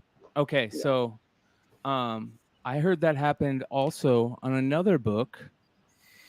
I talked about 2 really badass exclusives on the Hot 10 tonight. One of them, Bird City's I Hate Fairyland, and another one where that same thing happened, from what I hear. Now, I'm not going to get into it, but too much. But I've heard that coming from that world a couple times now. Now, I'm not saying it's necessarily true that they were vindictive and this and that, but it kind of feels that way. It definitely kind of feels that way. That's the thing, though. They don't know us, McClay, so they're just doing it for the sake of doing it, and it's like that. Oh well. Lucas, share my screen. 8 Billion Genies number 7. We did Super Mario number 3 for number 1. Image canceled the ongoing series. They brought it back and said you can do 7 and 8, which are the final 2 issues in the series. So Laura and I's plan was to do Super Mario 2 and Super Mario 1 kind of go in reverse because I was just in love with number 3. And we wanted to do that too. Yeah, and so Alpha Beta comes out and says, "Oh, here we're going to do Super Mario number whatever." And that's fine. Ours is better. It is what it is. It Trish just is amazing. is. Trish is amazing. It's a better title too. Yeah. But we saw it today and we're thinking to ourselves, like, they saw our image. We already released it, 2 weeks ago? And here it is. And honestly, guys, like with Whatnot, I have a Whatnot account. My kids run it. And if you're a Whatnot seller, that's awesome. Use it for what it's for. It's a great app. It's a fucking great app. Right. It's fantastic if you use it for what it is. Mm-hmm. And my kids do a great job. My son, the Bird City boy, does a fantastic show. But this Whatnot publishing stuff it's insane. It's a huge conflict of interest, is what I would think. Absolutely. And they asked me, I was asked, do you want to do this or do you want to do that? And I was like, because not because of the conflict of interest part of it, because actually that's what it was. It was a conflict of interest. I didn't want to be put on a pedestal if I didn't earn it. That's not who I am. That's not who Laura is. Oh my God, that's not who Laura is. And I would feel dirty and ashamed of myself if I turned in a piece of work just to have somebody put it on a pedestal, sell out, and go, here's Anthony, without any worth in it. I don't want it. That's kind of what the art germ thing I thought was interesting, though, because this is a completely different realm. You have 2 pretty well-known artists and the same things happening again. So, like, I don't know. I looked at the 2 images. Lucas, have you seen both of them? Do you know what I'm referring to? No, I do not. I was looking for it in the system, and I don't see it. So go to Whatnot Publishing on Instagram. No. Go to Stan Yak's Instagram. Or Stan Yak. And he'll show you. He actually did a post, and he has the 2 images side by side, and he tags Image in it. And he's like, really, Image? Like, really? And so he tags both of the images side by side, and then Image. We didn't already do it, and he's like, "Oh, really, Image?" Just like, relax, guy. Yeah. So then Scotty Young responds, and it's like, "No, we had art germs 2 weeks before yours." So yeah, on the middle image there. Mm-hmm. But that's the thing, though. Remember when we did the David Nakayama, and some no-name artist was like, "I already did a shush image or whatever it was," and Nakayama was like, "Oh, great minds," and the dude threw a fit about it.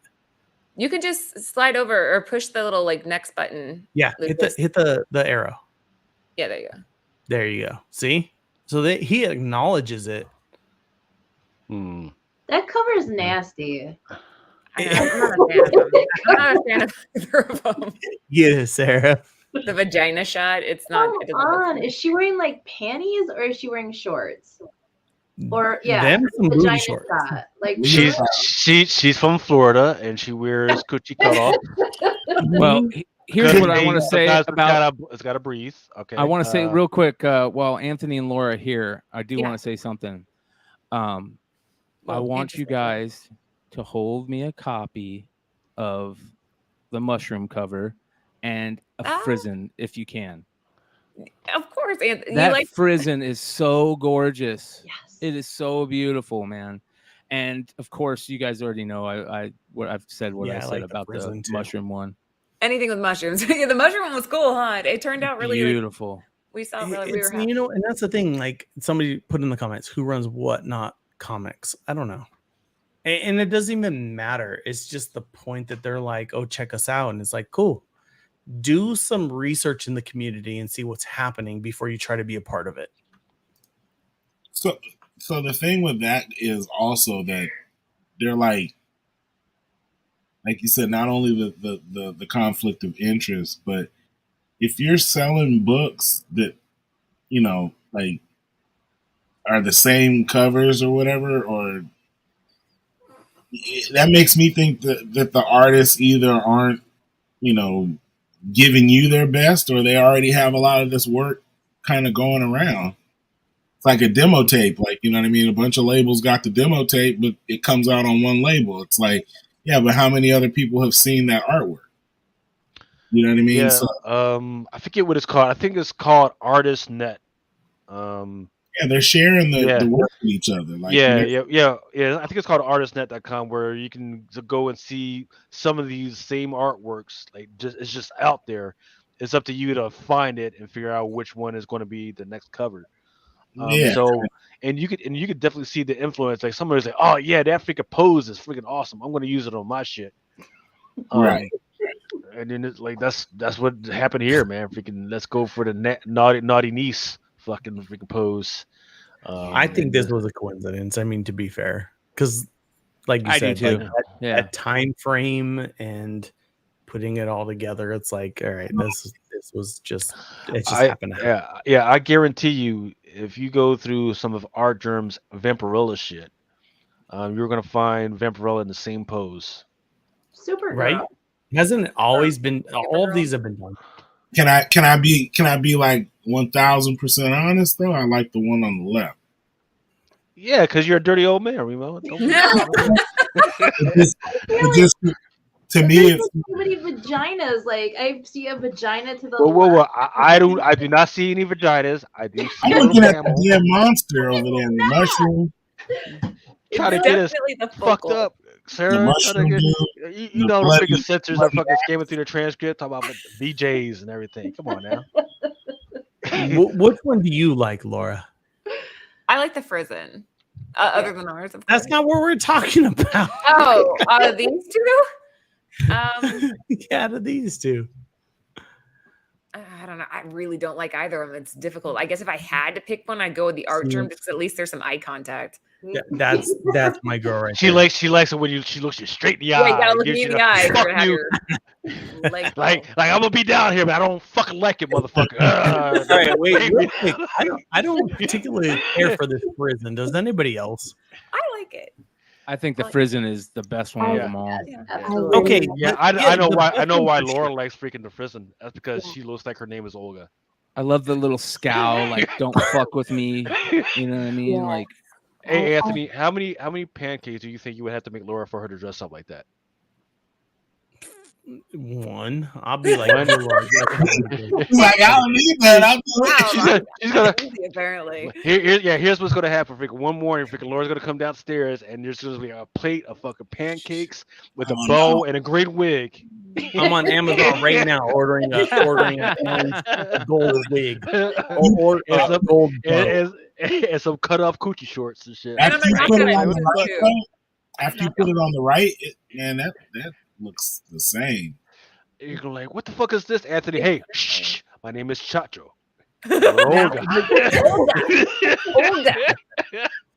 But this is the funny thing. Okay, let's say that Germ image came out right now and it goes nuts. And then 2 weeks later, somebody's like, check this out. And it looks just like this image. A second print. I would be fine with that. That one on the right, I would be fine with that being a second print.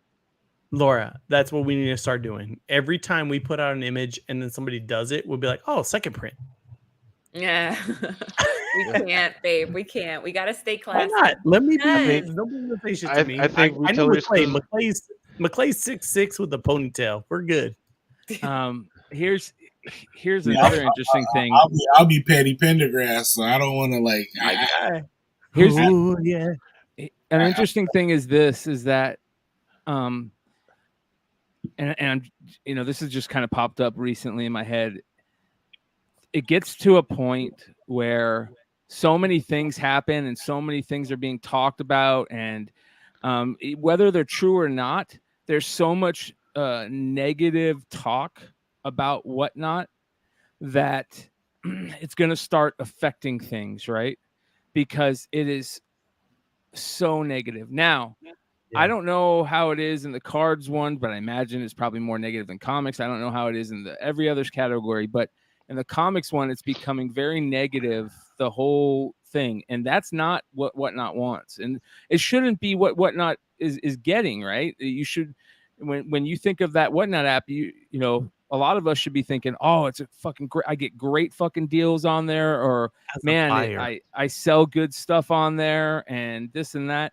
We should not instantly be thinking like, oh, there's some fuckery going on. And that's a bummer. That's a real big bummer. You know what I mean? Because I don't think there is any. I just think that a lot of people early in the game felt like they were owed something from them. And I thought that was I still think that's a bad approach. Like, it's an app. It does what it does. Yeah, you might know some people that, you know, behind the scenes will, you know, however you know them and they do whatever, you know, hook you up or whatever.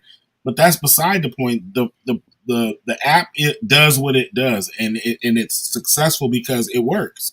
Like, you know what I mean? But that's my point, is that it's starting to become an issue where people aren't thinking that way. When you say Whatnot, they're instantly thinking negative because they're thinking of the exclusives. You know, like that. It doesn't matter. It doesn't. But I mean, that's hold on. They're not thinking of exclusives though. They're thinking of. I used to make. No, but I'm saying the sellers. The sellers wanted to be able to have all of those Invincible books and stuff like that, and they want everybody wasn't getting what it is though, because Whatnot was lucrative for a lot of people. You take a small seller and they throw it on Whatnot, and they're like, "Oh, I'm making all this money. I'm going to quit my job." Laura and I had this conversation the other day. The problem is not Whatnot, but Whatnot created an issue because they provided a platform for a lot of people that wanted to come into the hobby and be a part of this as a business, and they wanted to go, I want to quit my job and I want to sell comics. Whatnot provides this platform, but there are a lot of sellers and competition. People were not ready for that. They're not prepared, and they're not set up for it as a business. That is their fault. You know what I mean? That's what I'm saying. So people get really negative on Whatnot, and I get pissed off about it. They're like, oh, Whatnot sucks, I'm out. Whatnot doesn't suck. Whatnot gave you your platform. That's like everybody gets mad at eBay because their books aren't selling. Everybody else is. It's eBay. So, you know, it's competition. You gotta. I'm gonna buy the cheapest one I can find. Like, you know what I mean? But the app, when it was coming up, everybody, the getting was good. So they're like, oh, I'm gonna quit my job and I'm gonna do this, guys. How did we get switched to this? How did this happen? I don't know. Laura, jump in and save me, because you know how I feel about this whole situation. I was talking about the vagina with Sarah. That's Laura, save me about the Whatnot thing. Camel toe. I was talking about this cover, and I think it's interesting that they got rid of McClay, our kids run Whatnot. They don't want to and that's why it's so great. I say these things, and this is the honest to God truth. I say these things because I think the app is such a great thing, and I'll be honest, I've got a ton of respect for Jack and what Jack has done. Now, I know that there has been some things behind the scenes that people might not like, but for the majority part, I have a ton of respect for Jack and how he handled getting a job there, how he came out and he met with people face to face that maybe had a problem, and he offered them, you know, a jumping on point, and he said, I want to do something right. And he went in there and he started this Whatnot publishing, and it was always his dream. And I think that's great. And what sucks is that now instead of being so positive about it whenever it comes up, like, oh man, what a fucking great thing that this is happening. Oh, it's a new publisher. We need more publishers in comics. Oh man, our friends are part of the partnership group on that, and they're getting paid, and they're selling comics and doing it for a living. And oh man, look who they just teamed up with. They're putting out all these great Tyler Kirkham books, and we're not. And we're not because of the optics and some of the things that have happened. And that's shitty. That's really shitty, man. Because it is so great. That has always been my thing, though. It's like, you can't get mad at whatnot. Like, no one told you to quit your job. You know what I'm saying? Like, nobody told you to do that. But at the same time, though, Remo, when you create a situation for people, you can become your own worst enemy, and that's what they do. Okay. So that's like putting sugar in candy bars. But what I'm saying is, got it. But what I'm saying is, what's up with the lady that sued McDonald's because her coffee was too hot? That's how the world works. That's what I mean. There, that still doesn't. If you use whatnot for the purpose it serves you best, then it works. You know what I mean? Like if it doesn't work where you can quit your job, well then guess what, homeboy? You can't quit your job. I talked to a retailer today, Laura. Guy called me and said, I'm struggling. What can you do to help me? And I'm not going to say who it was. I'll tell you. Obviously, Laura, don't. Yeah. And I was like, tell us that. Right. No, right. Remo, no. I can sell you XYZ books that'll get you back on track, but you need to, as a business, you need to start thinking of yourself as, I need more than one entity for a revenue income. And too many people threw their eggs in the Whatnot basket. Whatnot will provide you income. Absolutely. The app is fantastic. It works great. My kids do a great job with it. Adam, the Bird City Boy, if you guys have not seen Mondays and Saturdays, shameless plug, I'm throwing it in. That's a super shameless plug. Okay. The little shit is better than me on one. I go on there just to hear what he's listening to. Going, he's funny, dude, isn't he? Banging the night. and my guy's gonna have money for college or whatever he wants to do with himself. Absolutely. But that's the thing, like, spread your money out, have multiple investment points. And my big thing, anybody that's watching right now, Laura will tell you this. If this is your hobby, keep it your hobby. Don't try to turn it into a business, because you don't want the things that you're passionate and that you love to necessarily be your job all the time. But I think it's the hype too. Like, I mean, just getting into this, hobby like 2 years ago. But I come from, like, my dad used to collect cards. Well, he still collects cards. And I remember back in the 90s, like, the hype of all the cards. And I think that's what's happening now, is like you're getting this hype. Like, people are like, oh, look at, like, so-and-so is on Whatnot selling all these books. And they're getting like, hundreds and, thousands of dollars for, those books. I want to do that. And they don't have the information, and then they're just jumping in, and now they're losing their shirt because they think they can sell. It's the FOMO, it's the hype. Or they're just buying inventory and they can't sell it for what they bought it for. Exactly. You know what I mean? It's like, you can't buy in and try and make a profit when it's high. Like, no one does that. And if you're if you're selling daily or weekly, like, then So back to Hate Fairyland. Yeah. That got derailed fast. I apologize. Laura and I have had a no one on the right though. Right. All right. Well, Laura, I'm calling it. I got to get off, dude. Okay, let's put the kids to bed. I'll talk to you later, Aunt. I'll try to give you a call this weekend. Laura, you gotta sum it up. Because I had an emotional week. You know where I'm at. Yeah, this is like your therapy, I think.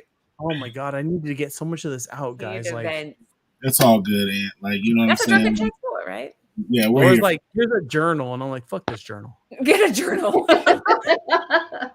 She's like, here's a vision board, and I'm like, thank you guys for having us on. We appreciate all the love, and we'll thank you guys for stopping by. We can we'll chat. Make sure that for those that need to donate to the bail money that we're going to need in Baltimore, go ahead and make sure. Oh gosh, you guys better behave, Lucas. I want you guys to behave. That's all I'm going to say.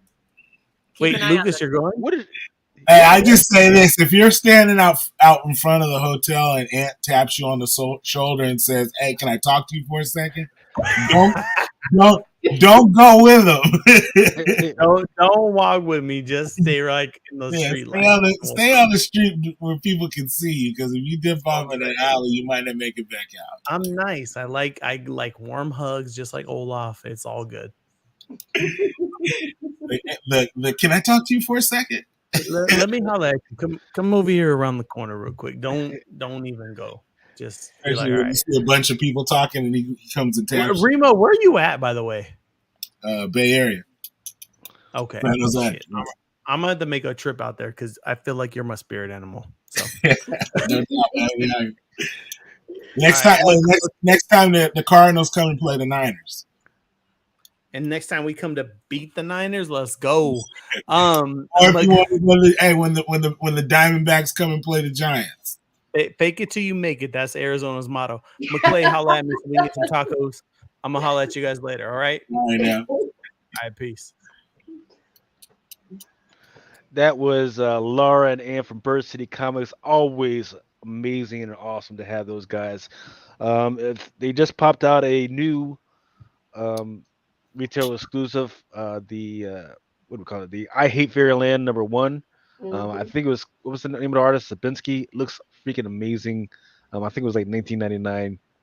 So great stuff, man. Man.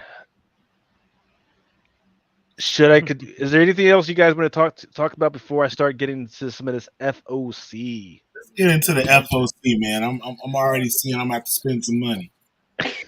Yeah, it was a big week. There were a lot of freaking books, and it wasn't just like a normal shitty week, but there's some pretty good stuff out there. From DC, Batman Spawn #1. There's a whole bunch of black and white books, but the only problem is that these books, the the ratio for these books is 666. One out of 666. I don't know what the fuck they were thinking, and it's not like, hey, they're $3.99. The normal price on those books are $6.99. Ooh, good lord! Pages in this. Dang. So unfortunately, DC, I don't think will be at the retailer summit for me to cuss those guys out. Or, Yeah. excuse me, have a conflict resolution with those guys. But man. So would that go? Oh, okay. I was gonna say is that Jim Lee probably like a 1 in 100? Let's see. There is a 1 in 100 Jim Lee. Yes. So is that the same one as the one that's blocked out on the that one right there? The Jim, see how it says Jim Lee variant? Is that the 1 in 25 or the 1 in 100? So this one right here is the cover G, and there is a 1 in 100. I haven't looked to see if they put the art in yet. It probably either do or they'll probably have it by tomorrow. But I don't have it yet on here. You go all the way up to R. They got a 1 in 1,000. Wow. 1 in 250, 1 in 25, and none of these look particularly freaking good, except for like maybe the Delgado, if you're into that type of style. But yeah, 1 in 1,000. But that 1 in 1,000 is supposed to be signed by McFarlane. And then they're already talking about the CGC for graded for these joints. Yes. By Black Mass, there's supposed to be Rogue State #1. Oh yeah, I forgot to mention that the Batman Spawn #1 that is not on FOC necessarily this week. It's going on next week, but just wanted to make sure everybody knew ahead of time. What are those? Are those sketches? Are those 1 in 1,000s as well? What, talking about these sketches? No, the sketches are. No, the other ones that you were just where it was just a headshot. Are those sketches too? Yes, those are the artists. What's his name? Heiser will sketch it. Personalized sketches. Wow. That's for you. Huh. So Rogue State #1 by Black Mass. There's a 1 of 50. And these cover G's connecting gallery joints, which looks like a kind of a sketch. Batman Superman World's Finest has a 1 of 25 by Steve Beach. and a 1 in 50 by Afua Richardson. None of it, which looks good. Yeah. Black Adam, number 6. Somebody mentioned that they want Black Adam to have his Widow's Peak. Well, there you go. And a cover A by Irvin Rodriguez. That looks. I can't even. That far right one is rough. What is happening? How did that get approved? What is that? You talking to me? Is that Ivan or Irvin Rodriguez? Is that himself? Like, what the I know, right? Man, that's terrible. When you couldn't hire a model, so he said, "Fuck it, I'll do it myself." right. And you know, and he's got to stretch his neck around the corner, Right? Like oil paint. because he's trying to see the fucking mirror and shit while he's Yeah, painting. he's driving. Yeah, that's what fucking happened right here. It's Jeez. horrible. Make sure I got some neck showing. Well, at least he has a neck. I saw the movie, and the neck on The Rock, there's like no neck. It's just like. But that's him. He doesn't. Yeah, he doesn't have a neck. That's just That's what happens when you work out like that. You know, they can't choke you out if you ain't got no neck. That's just the way it goes. You know what I mean? Dark Crisis: Worlds Without Justice, lead Batman. There's a 1 in 25 by Ariel Colon. Looks like they're going for that design variant type stuff. And there's a 1 in 50 by Ryan Sook. I don't have the art for that yet. Catwoman number 49. Ooh, always Souza Micah, amazing man. stuff. Yes, sir. You know who's taking over the regular A covers on this? Whom? Nakayama. Yeah. Really? Oh yes, he posted Really? about it, And it yes. is beautiful. His first cover is Mhm. gorgeous. And that Souza Micah, is that Souza Micah on the far right, right? Yes, sir. Mhm. That is amazing. And it is a regular order, Wow. Good. open order. Finally, Open I order. can All buy her Souza Micahs have been open order lately. She's going to be taking over the B covers, from what I Wow. hear, and Nakayama the A covers. So, And that 1 in 25 Tula Lote, as well as it is good, but when you put it right next to an open order, that just blows it out the water. I don't know. So the only problem is that some of these Souza Micahs, right? In the pictures, they look absolutely amazing, but by the time you actually get the fucking thing, they've done some weird editing to it. I hate that, man. They did that to Wanted Comics. Actually, I got it right here. They did it to this cover right here. Stand by. Yeah, what the fuck's going on with that? They took out the cleavage, as you can see, What and the- they made her chest flat. What is happening? So, And is that a retail exclusive? that's a Wanted Comics retailer exclusive. Yeah. Why would the retailer say, "Yeah, okay, go ahead, okay"? That's what our customers want. Okay. No, Drew didn't. Drew submitted the regular cover, and Image said, "Tone that shit down." What? So then just Wow. don't fucking do it. Right. What do you don't do mean? it. If you already put money into You already paid the comic, you already put it up on your site. You already Right. you know what I mean. You can't just do that. That's that's not something that can be There's done. That would be special- that's kind of like what happened with Bird City and their it's happened to Bird City before on their didn't happen on their Creep Show stuff. Like the Creep Show book had to get canceled, and they had already advertised it and stuff. That's the problem, is that people have put money into these things already. They paid the artist for it. The artist did work on it. It's very hard to do that. I mean, it's easier on some of the smaller books where it's only a 500 print count like that. But could you imagine on a 3,000 book? Mhm. It's not Oh, right. that's true that it happened to Bird City, right? Right. So that means that thing that dude was that I Hate Fairyland with the coochie cutter joint, that wouldn't fucking make it in for sure. There's no way. DC versus Vampires All Out War number 5. I kind of like, well, except for that 1 in 25 James Deco. Fuck that. What the hell? Yeah, I don't know What? what's going on there. How? I Yeah. I don't understand. GCPD, the Blue Wall. I forget who did this one. This was done by. Oh shit! What happened Wait, to my the fucking Blue notes? Wall, is that the name of the comic or what is Yes. that? Yeah, Okay. it focuses more on the cops. Okay. Right. And even I think it was the issue number 1. It had like a body bag variant. Oh. Harley Quinn, the animated series, Legion of Bats. It's got a cover by Yoshi Yoshitani. Cover B by Dan Hip cardstock, and a 1 in 25 by John Samariva. Cute. Yeah. Nightwing number Yeah. 98. Here's a 1 in 25 Dan cardstock. The solicit says that Nightwing meets Nightmite. I haven't done the research to find out if this is going to be the first appearance of Nightmite yet, but we'll see. I like it. That the one on the right. What is that? Is that one of the? That's I think that's the Dan Hip. That's the Dan Hip cover. I like it. Yeah, that's 1 in 25 Dan Hip. Mm. Stargirl, The Lost Children, number 1. There's a 1 in 50 Nauk felt foil card. The one that is on the far right, however, that is an open order cover B by Crystal Kung. Titans United, Blood Pack number 3 has got a 1 in 25 by Fico Ossio. A lot of newcomers to the art game.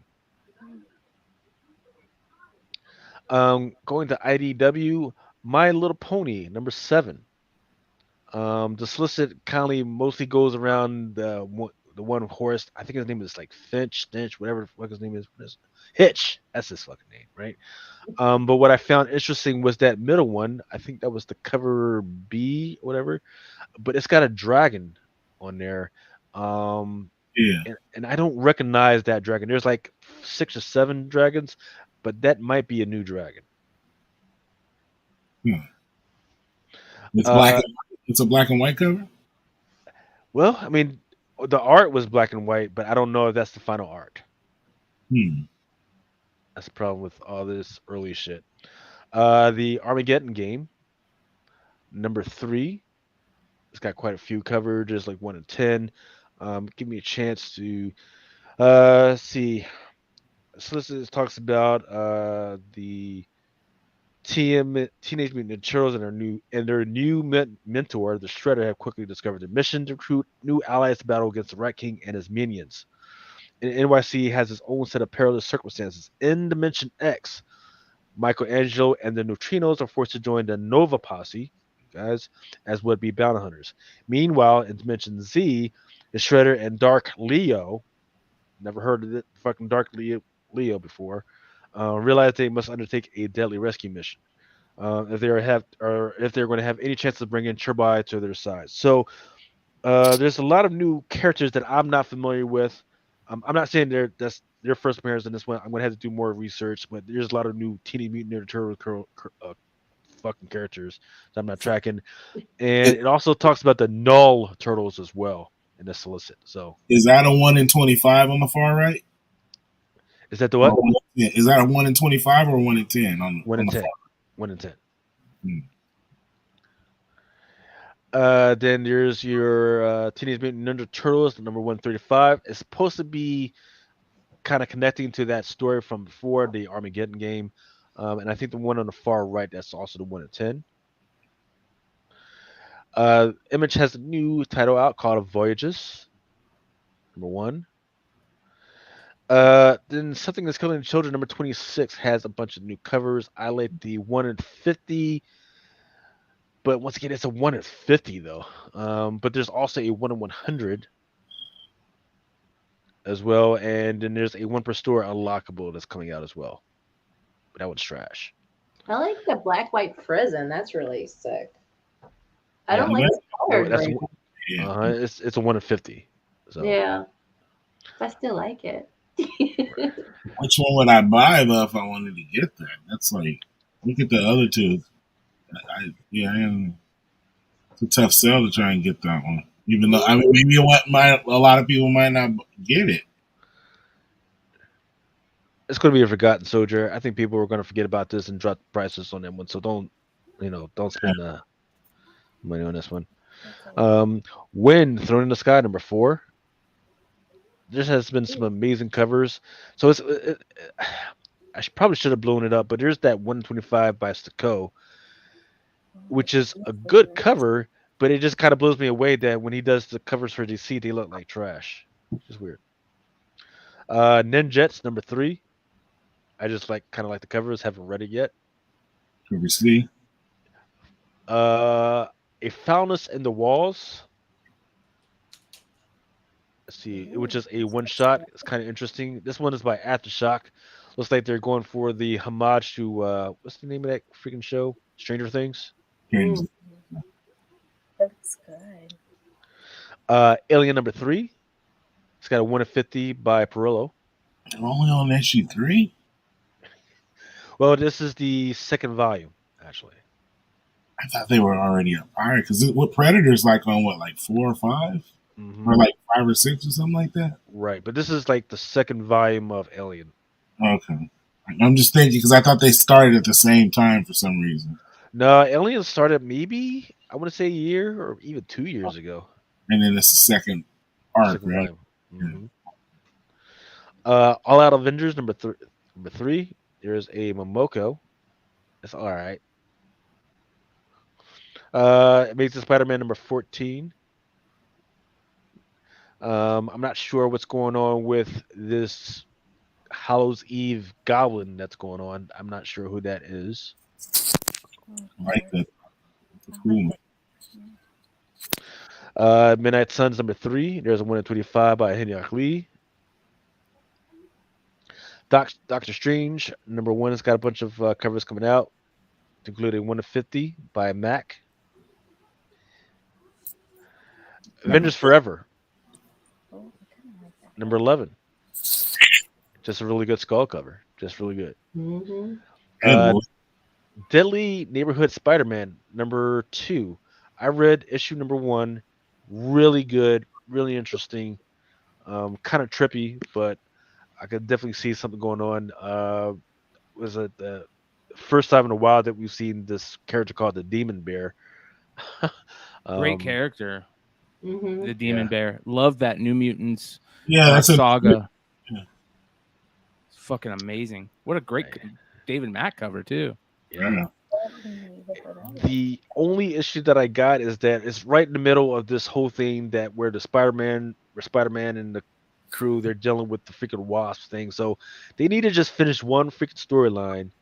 Then they can go into this Demon Bear shit. Because now I'm like, my mind is like all over the place trying to keep track of all this shit. Yeah. Defenders Beyond number 5. I do like that NetEase, and in fact, some of the NetEase covers actually did well this week. Miracle Man Silver Age number 2. There's a 1 in 25 by Kamil Koli. And that Shelby variant kind of reminds me of the Defender. What's not Defender? Yes. Descender. Descender. Yes. Yeah. Star Wars Revelations number 1. I'm not sure what's going on with that story, but I think it's supposed to be something where they're going to talk about what's going to happen with Darth Vader for the next year, and it's supposed to be some plot lines in this particular book. I do like that Peach Momoko. That's Afra, Dr. Afra in there. I like that too. The Hitch one is nice. I like the right on his eyes, like the reflection. It's pretty cool. Can't hear you very well, Lucy. You got really low. Oh, I just realized I'm holding the mic in my hand. It was the wrong one. You're still holding the baby, right? No, I put it. No. Star Wars Yoda number 1. There's a great one by Carrie Andrews. And unfortunately, they went crazy and they decided to do a 1 in 100 Phil Noto, which is the same one as the one that's on the far left. Why? I don't Just know. because It's not the that version? good. I don't know. It's not that good. Mm. Avengers Assemble Alpha number 1. There's a J. Scott Campbell 1 in 200 retro anniversary variant. And this is maddening because there's never anything that really happens in these freaking books. But here we are. And there's a 1 of 50 Brooks variant. Peter Miles Spider-Man Double Trouble #1. Once again, more Momoko goodness, but that one's an open order. And there's a 1 in 25. I forget who the artist is, though.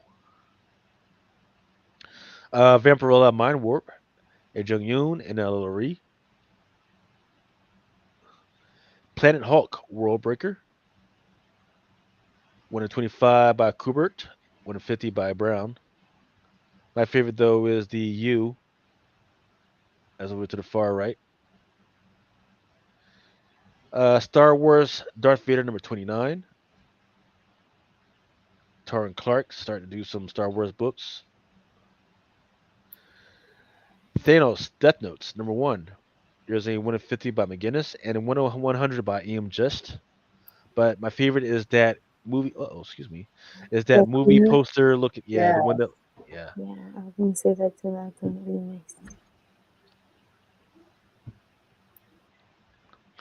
Oh, here we go. It's even Ooh. bigger. Ooh, he's got death. That's beautiful. Both of those first two ones are gorgeous. Mm-hmm. Yeah. Shout out to Ed McGuinness too. Love Ed McGuinness. So let's see. Let me check. Yeah. So do you think that is worth $100? The one in the middle? Yeah. No. Maybe 50. I don't even know, man. I'll be honest. I have a hard time spending big money on ratios unless they're like, if that was like Raphael Albuquerque Thanos type shit, I'd be all over it. That movie poster is pretty nice, but I don't know about spending more than $50 for a new book anymore. It's just Extreme X-Men #1. There's a 1 in 10 by LaRocca. And there's a 1 in 25 by Zulu, which is the cat. I like variant. it. The second cat variant. Yeah. Right. Yeah. The first one was amazing too. Well, so this is actually maybe like the 4th or 5th, actually. Okay. But this is the first one that's actually a retailer. Excuse me. Yeah, a retailer incentive that I'm tracking off the top of my head. That's really cute. So I don't. That's not a retailer incentive, right? That's a 1 in It 25. This is right there, 1 out of 25. Yeah. So that's a ratio variant. Well, see, so you're thinking of retailer exclusive versus retailer. There's retailer exclusive, then there's retailer incentive. If it's a ratio, that's a retailer incentive. Okay, we got to figure this out, man. We got to start calling this shit ratios. I think we need to go with ratio variants and exclusives being, retailer exclusives, because this shit is maddening. But yeah, that 1 in 50 hidden gem. Nobody gets hidden gems anymore. Nobody cares about that shit. But that cat variant, yeah. And Berserker is going to have an immortal pack for the issue #1. And it's going to be about $40. Is that Rage Theo on that cover? Look like him. There we go. Rage Theo on the cover. Shout out to Rage Theo. Good dude. All right. Coming soon is the stuff that's coming out next Wednesday. American Jesus, #1. Is that your book, Brian? I was about to say, when he said it, but hey, I wanna get as many of those blank covers as I can, because that is going to be an amazing sketch opportunity. We should have a contest. Yeah. Drawing Brian on the American Jesus cover. Yes. Oh, I got an even better idea. Drunken chat cover. Okay, get the American Jesus joint, right? But have the rest of the crew. Like what is it? The dinner freaking scene? Yeah. Oh my gosh. The last supper. Yes. Mama Comics, Sarah, Big Remo, Aaron, just have us all sitting around here.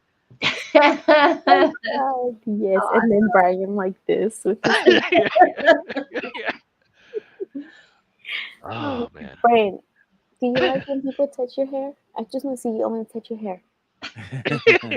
I don't mind it when they ask. I've had people come up behind me and pull my ponytail. Oh hell no! And I've gotten it. When I've gotten in fights over it. 2 fights. Hell no. People I don't know just come up and pull my ponytail. I'm like, what the fuck are you thinking? That was in my younger days, but no, if you ask, I'm all for it. Yeah, I'm very sensitive about my hair. I can't I'm very sensitive, so I will. Like, can I touch it? I just feel like it's so soft. It just looks so soft. Oh man. Amazing Spider-Man number 12. I'm still not tracking when the Orange Goblin has shown up or is showing up. I don't know if it's this book or some motherfucking book, but still waiting. Axe Judgment Day number 6, Art Germ. Oh, I really like that art. Mm-hmm. Right. And then there's a 1 of 50, which is Dan the Mall number 1. There's an unlockable, but I think the one that people will be looking for is that Cover L BG variant Lee, which was open order, but the thing is you had to order it by FOC. So I like that middle one. Lady Death Sacrificial Annihilation number 1. That's the homage to Captain America. Rick and Morty number 100. The face ones are funny. Yeah, I love that. And Stuff of Nightmares number 2. There's a 150, and there was a cover G unlockable for it. Wait, what is that? The very first one? Oh, it was one out of 150. I really like that Francavilla. Yeah, it's kind of retro, right? Yeah. Mm-hmm. Yeah. And I believe that, ladies and gentlemen, is it. We made it, Sarah. I made it to my first Drunken chat. Awesome! Yay! Yeah, you did it, Sarah. I'll be drunk the next time. I promise. Don't make promises you can't keep. Oh, so, Sarah, when's the next time that we're going to see you anywhere? Or You'll do you have see anything to me promote? on Tuesdays on Comic Book Women, and then I will also be joining Lucy and Laura next Friday for Nearing Nirvana. So catch us there. All right. Mm-hmm. Mama? Same.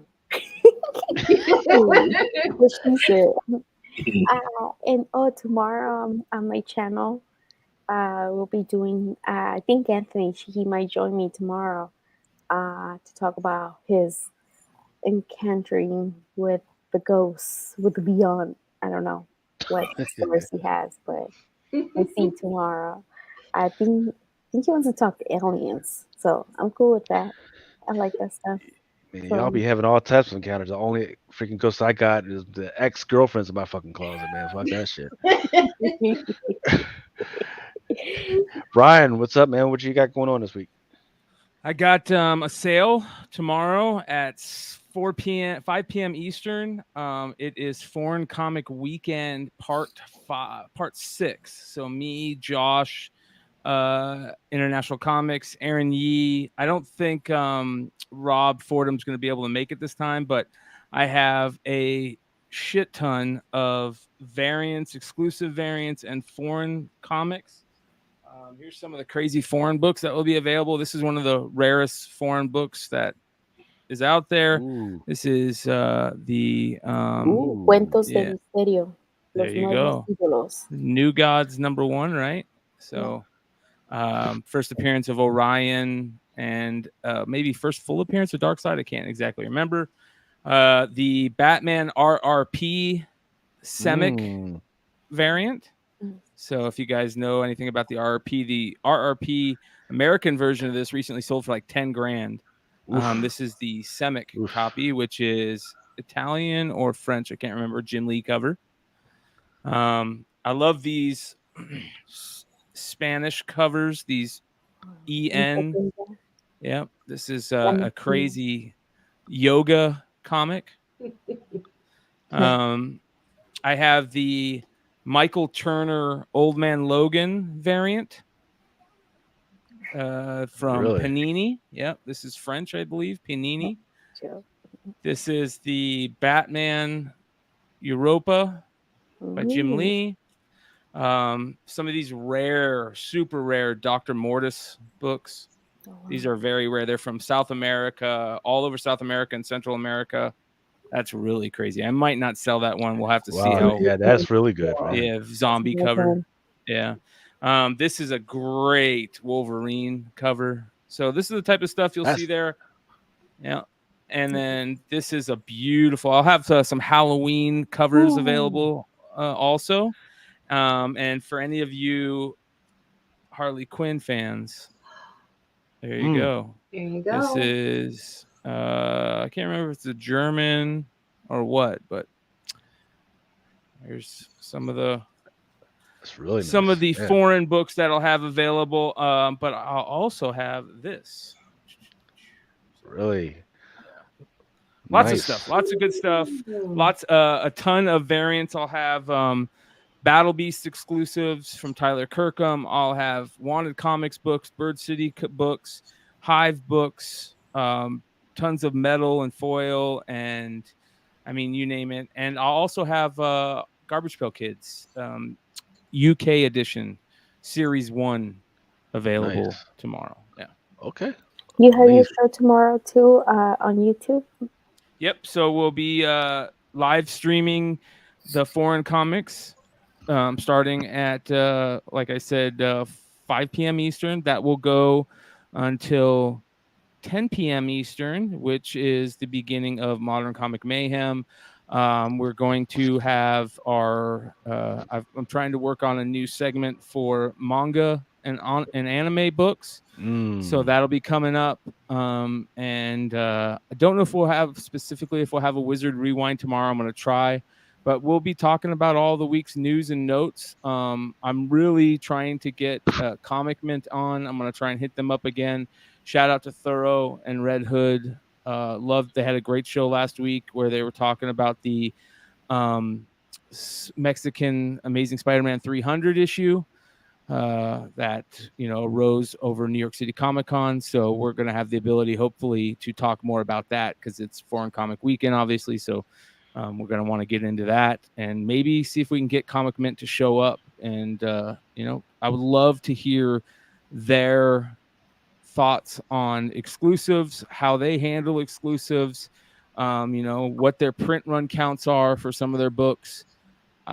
We'll see if they show up. I'll hit them up again and try and get them on. But again, that goes out to everybody out there that's a retailer, whether you're a brick and mortar shop or a online retailer. If you're doing exclusives, retailer exclusives, I would love to have you on and talk about it. Let's be transparent about this stuff. Let's, have a good constructive conversation about it and make this community better. So, all right. Remo, when's the next time we're going to see you, brother? You don't have a Whatnot show? No Whatnot, man. I have nothing this week. Saturday night. So I don't know we might have a show. I got to talk to the fellows tomorrow, but Comic Hall crew,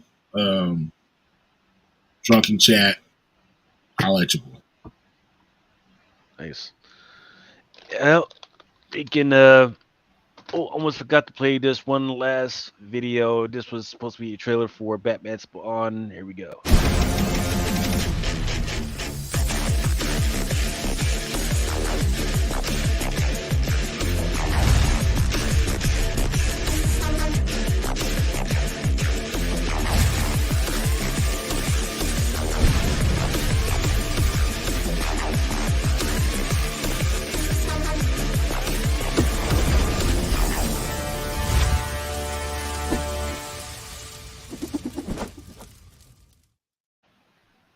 Yeah.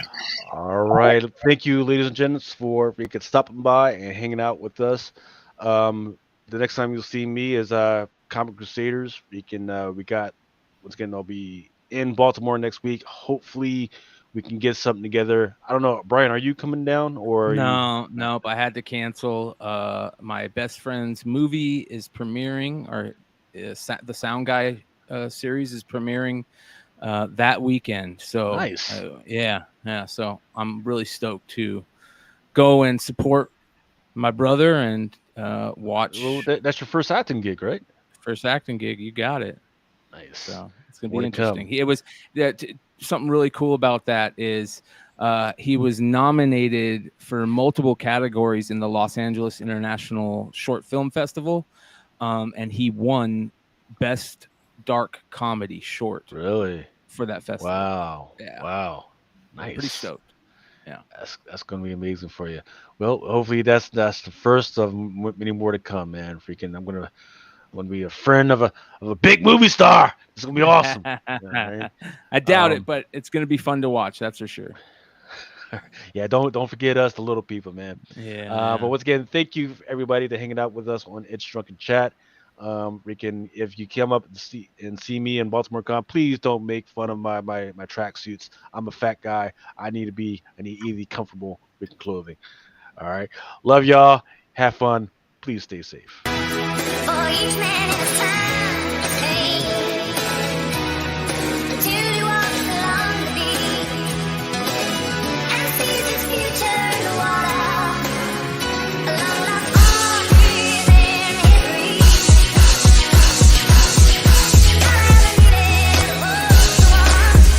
Sometimes men take matters into their own hands. You want answers? I think I'm entitled. You want the truth. You can't handle the truth. As you guys know, it is Drunken Chat, son.